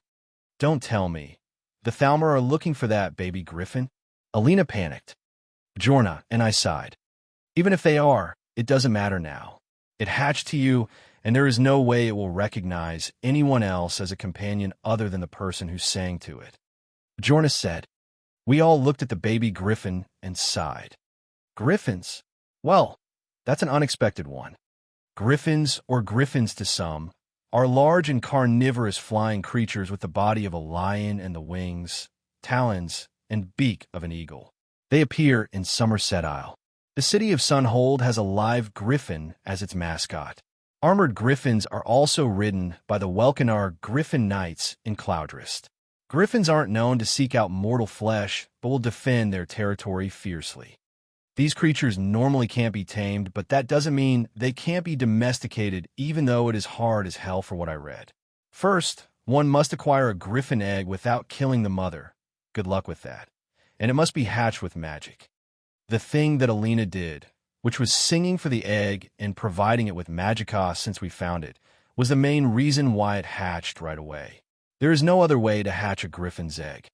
And after that, the one who hatched the egg, Alina in that case, should be the one responsible for it from now on. We will provide you with knowledge support as your family. I said, I can tell you what to feed it. I think John has a lot of beef liver, right? Jorna said, Yeah, I do. My Alexandrian beef liver recipe can bring a dead dragon back to life. You can have some raw liver to feed the little thing. I approved. So you guys aren't helping more than that? Alina asked while tilting her head. Jorna and I seem to be obviously bailing out. You read that book too, cousin? I did, and I'm not getting close to that thing. What is that about? Wolfer asked. Do you know why griffins grow only on Somerset? No. There is no particular reason, but think of it as a match made by the universe. There is no arrogant folk more than a high elf of Somerset, and there is no arrogant creature more than a griffin. Perfect match, I would say. I said. Also, be careful with the bites. Jorna said. Alina seemed to be not listening to us as she caressed the baby griffin with the back of her hand. It is a male, so I am not sure what to name him. Alina said, I thought it would be a female bird, so I prepared a few names. You can name it after you feed it. The firemen who are protected by the Hawk Guardian do that. You can ask Uncle Herman for help. Jorna said, also, Master Nurelian and Master Faralda are the only high elves we trust, so we can ask them too. Jelliner said, well, I'm glad things working out well, but let's finish things up here. I said as we started to busy ourselves with what we have. Alina has to take care of the baby griffin, so she was going to be busy for a lot of time. I also want to open the 64 energy points to Jelliner, Wolfer, and Jorna, and go prepare dinner. Believe it or not, only Wolfer and I can cook around here. As for the journey we are on, Wolfer told me we stopped somewhere in the woods west of Riften. Our destination was my old teacher's place. As soon as I finished all the tasks I had, I went out of the cube and started traveling alone at dawn.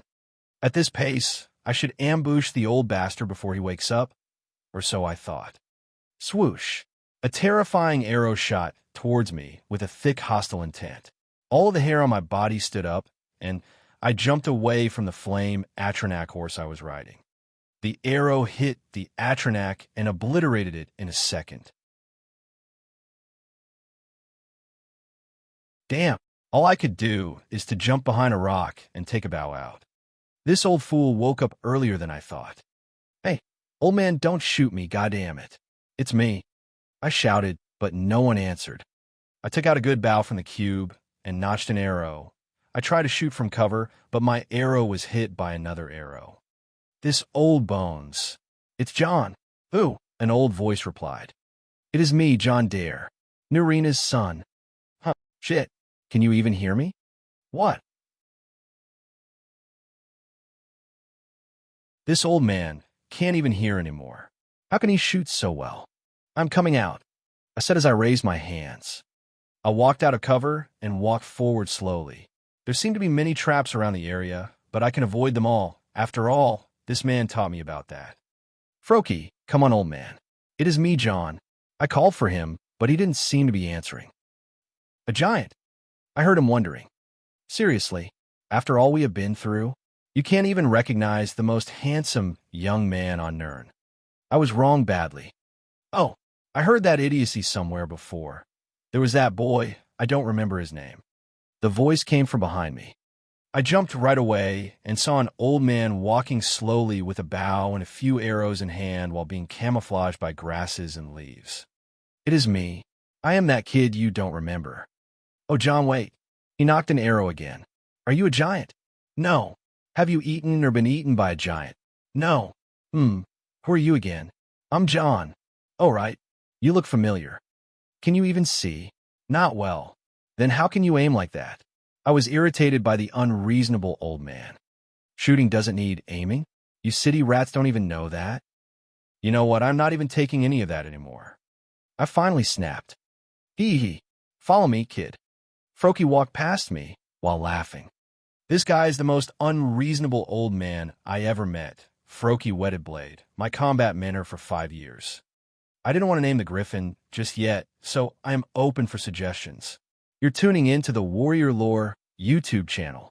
Don't forget to subscribe and join us on this journey to catch the most captivating stories.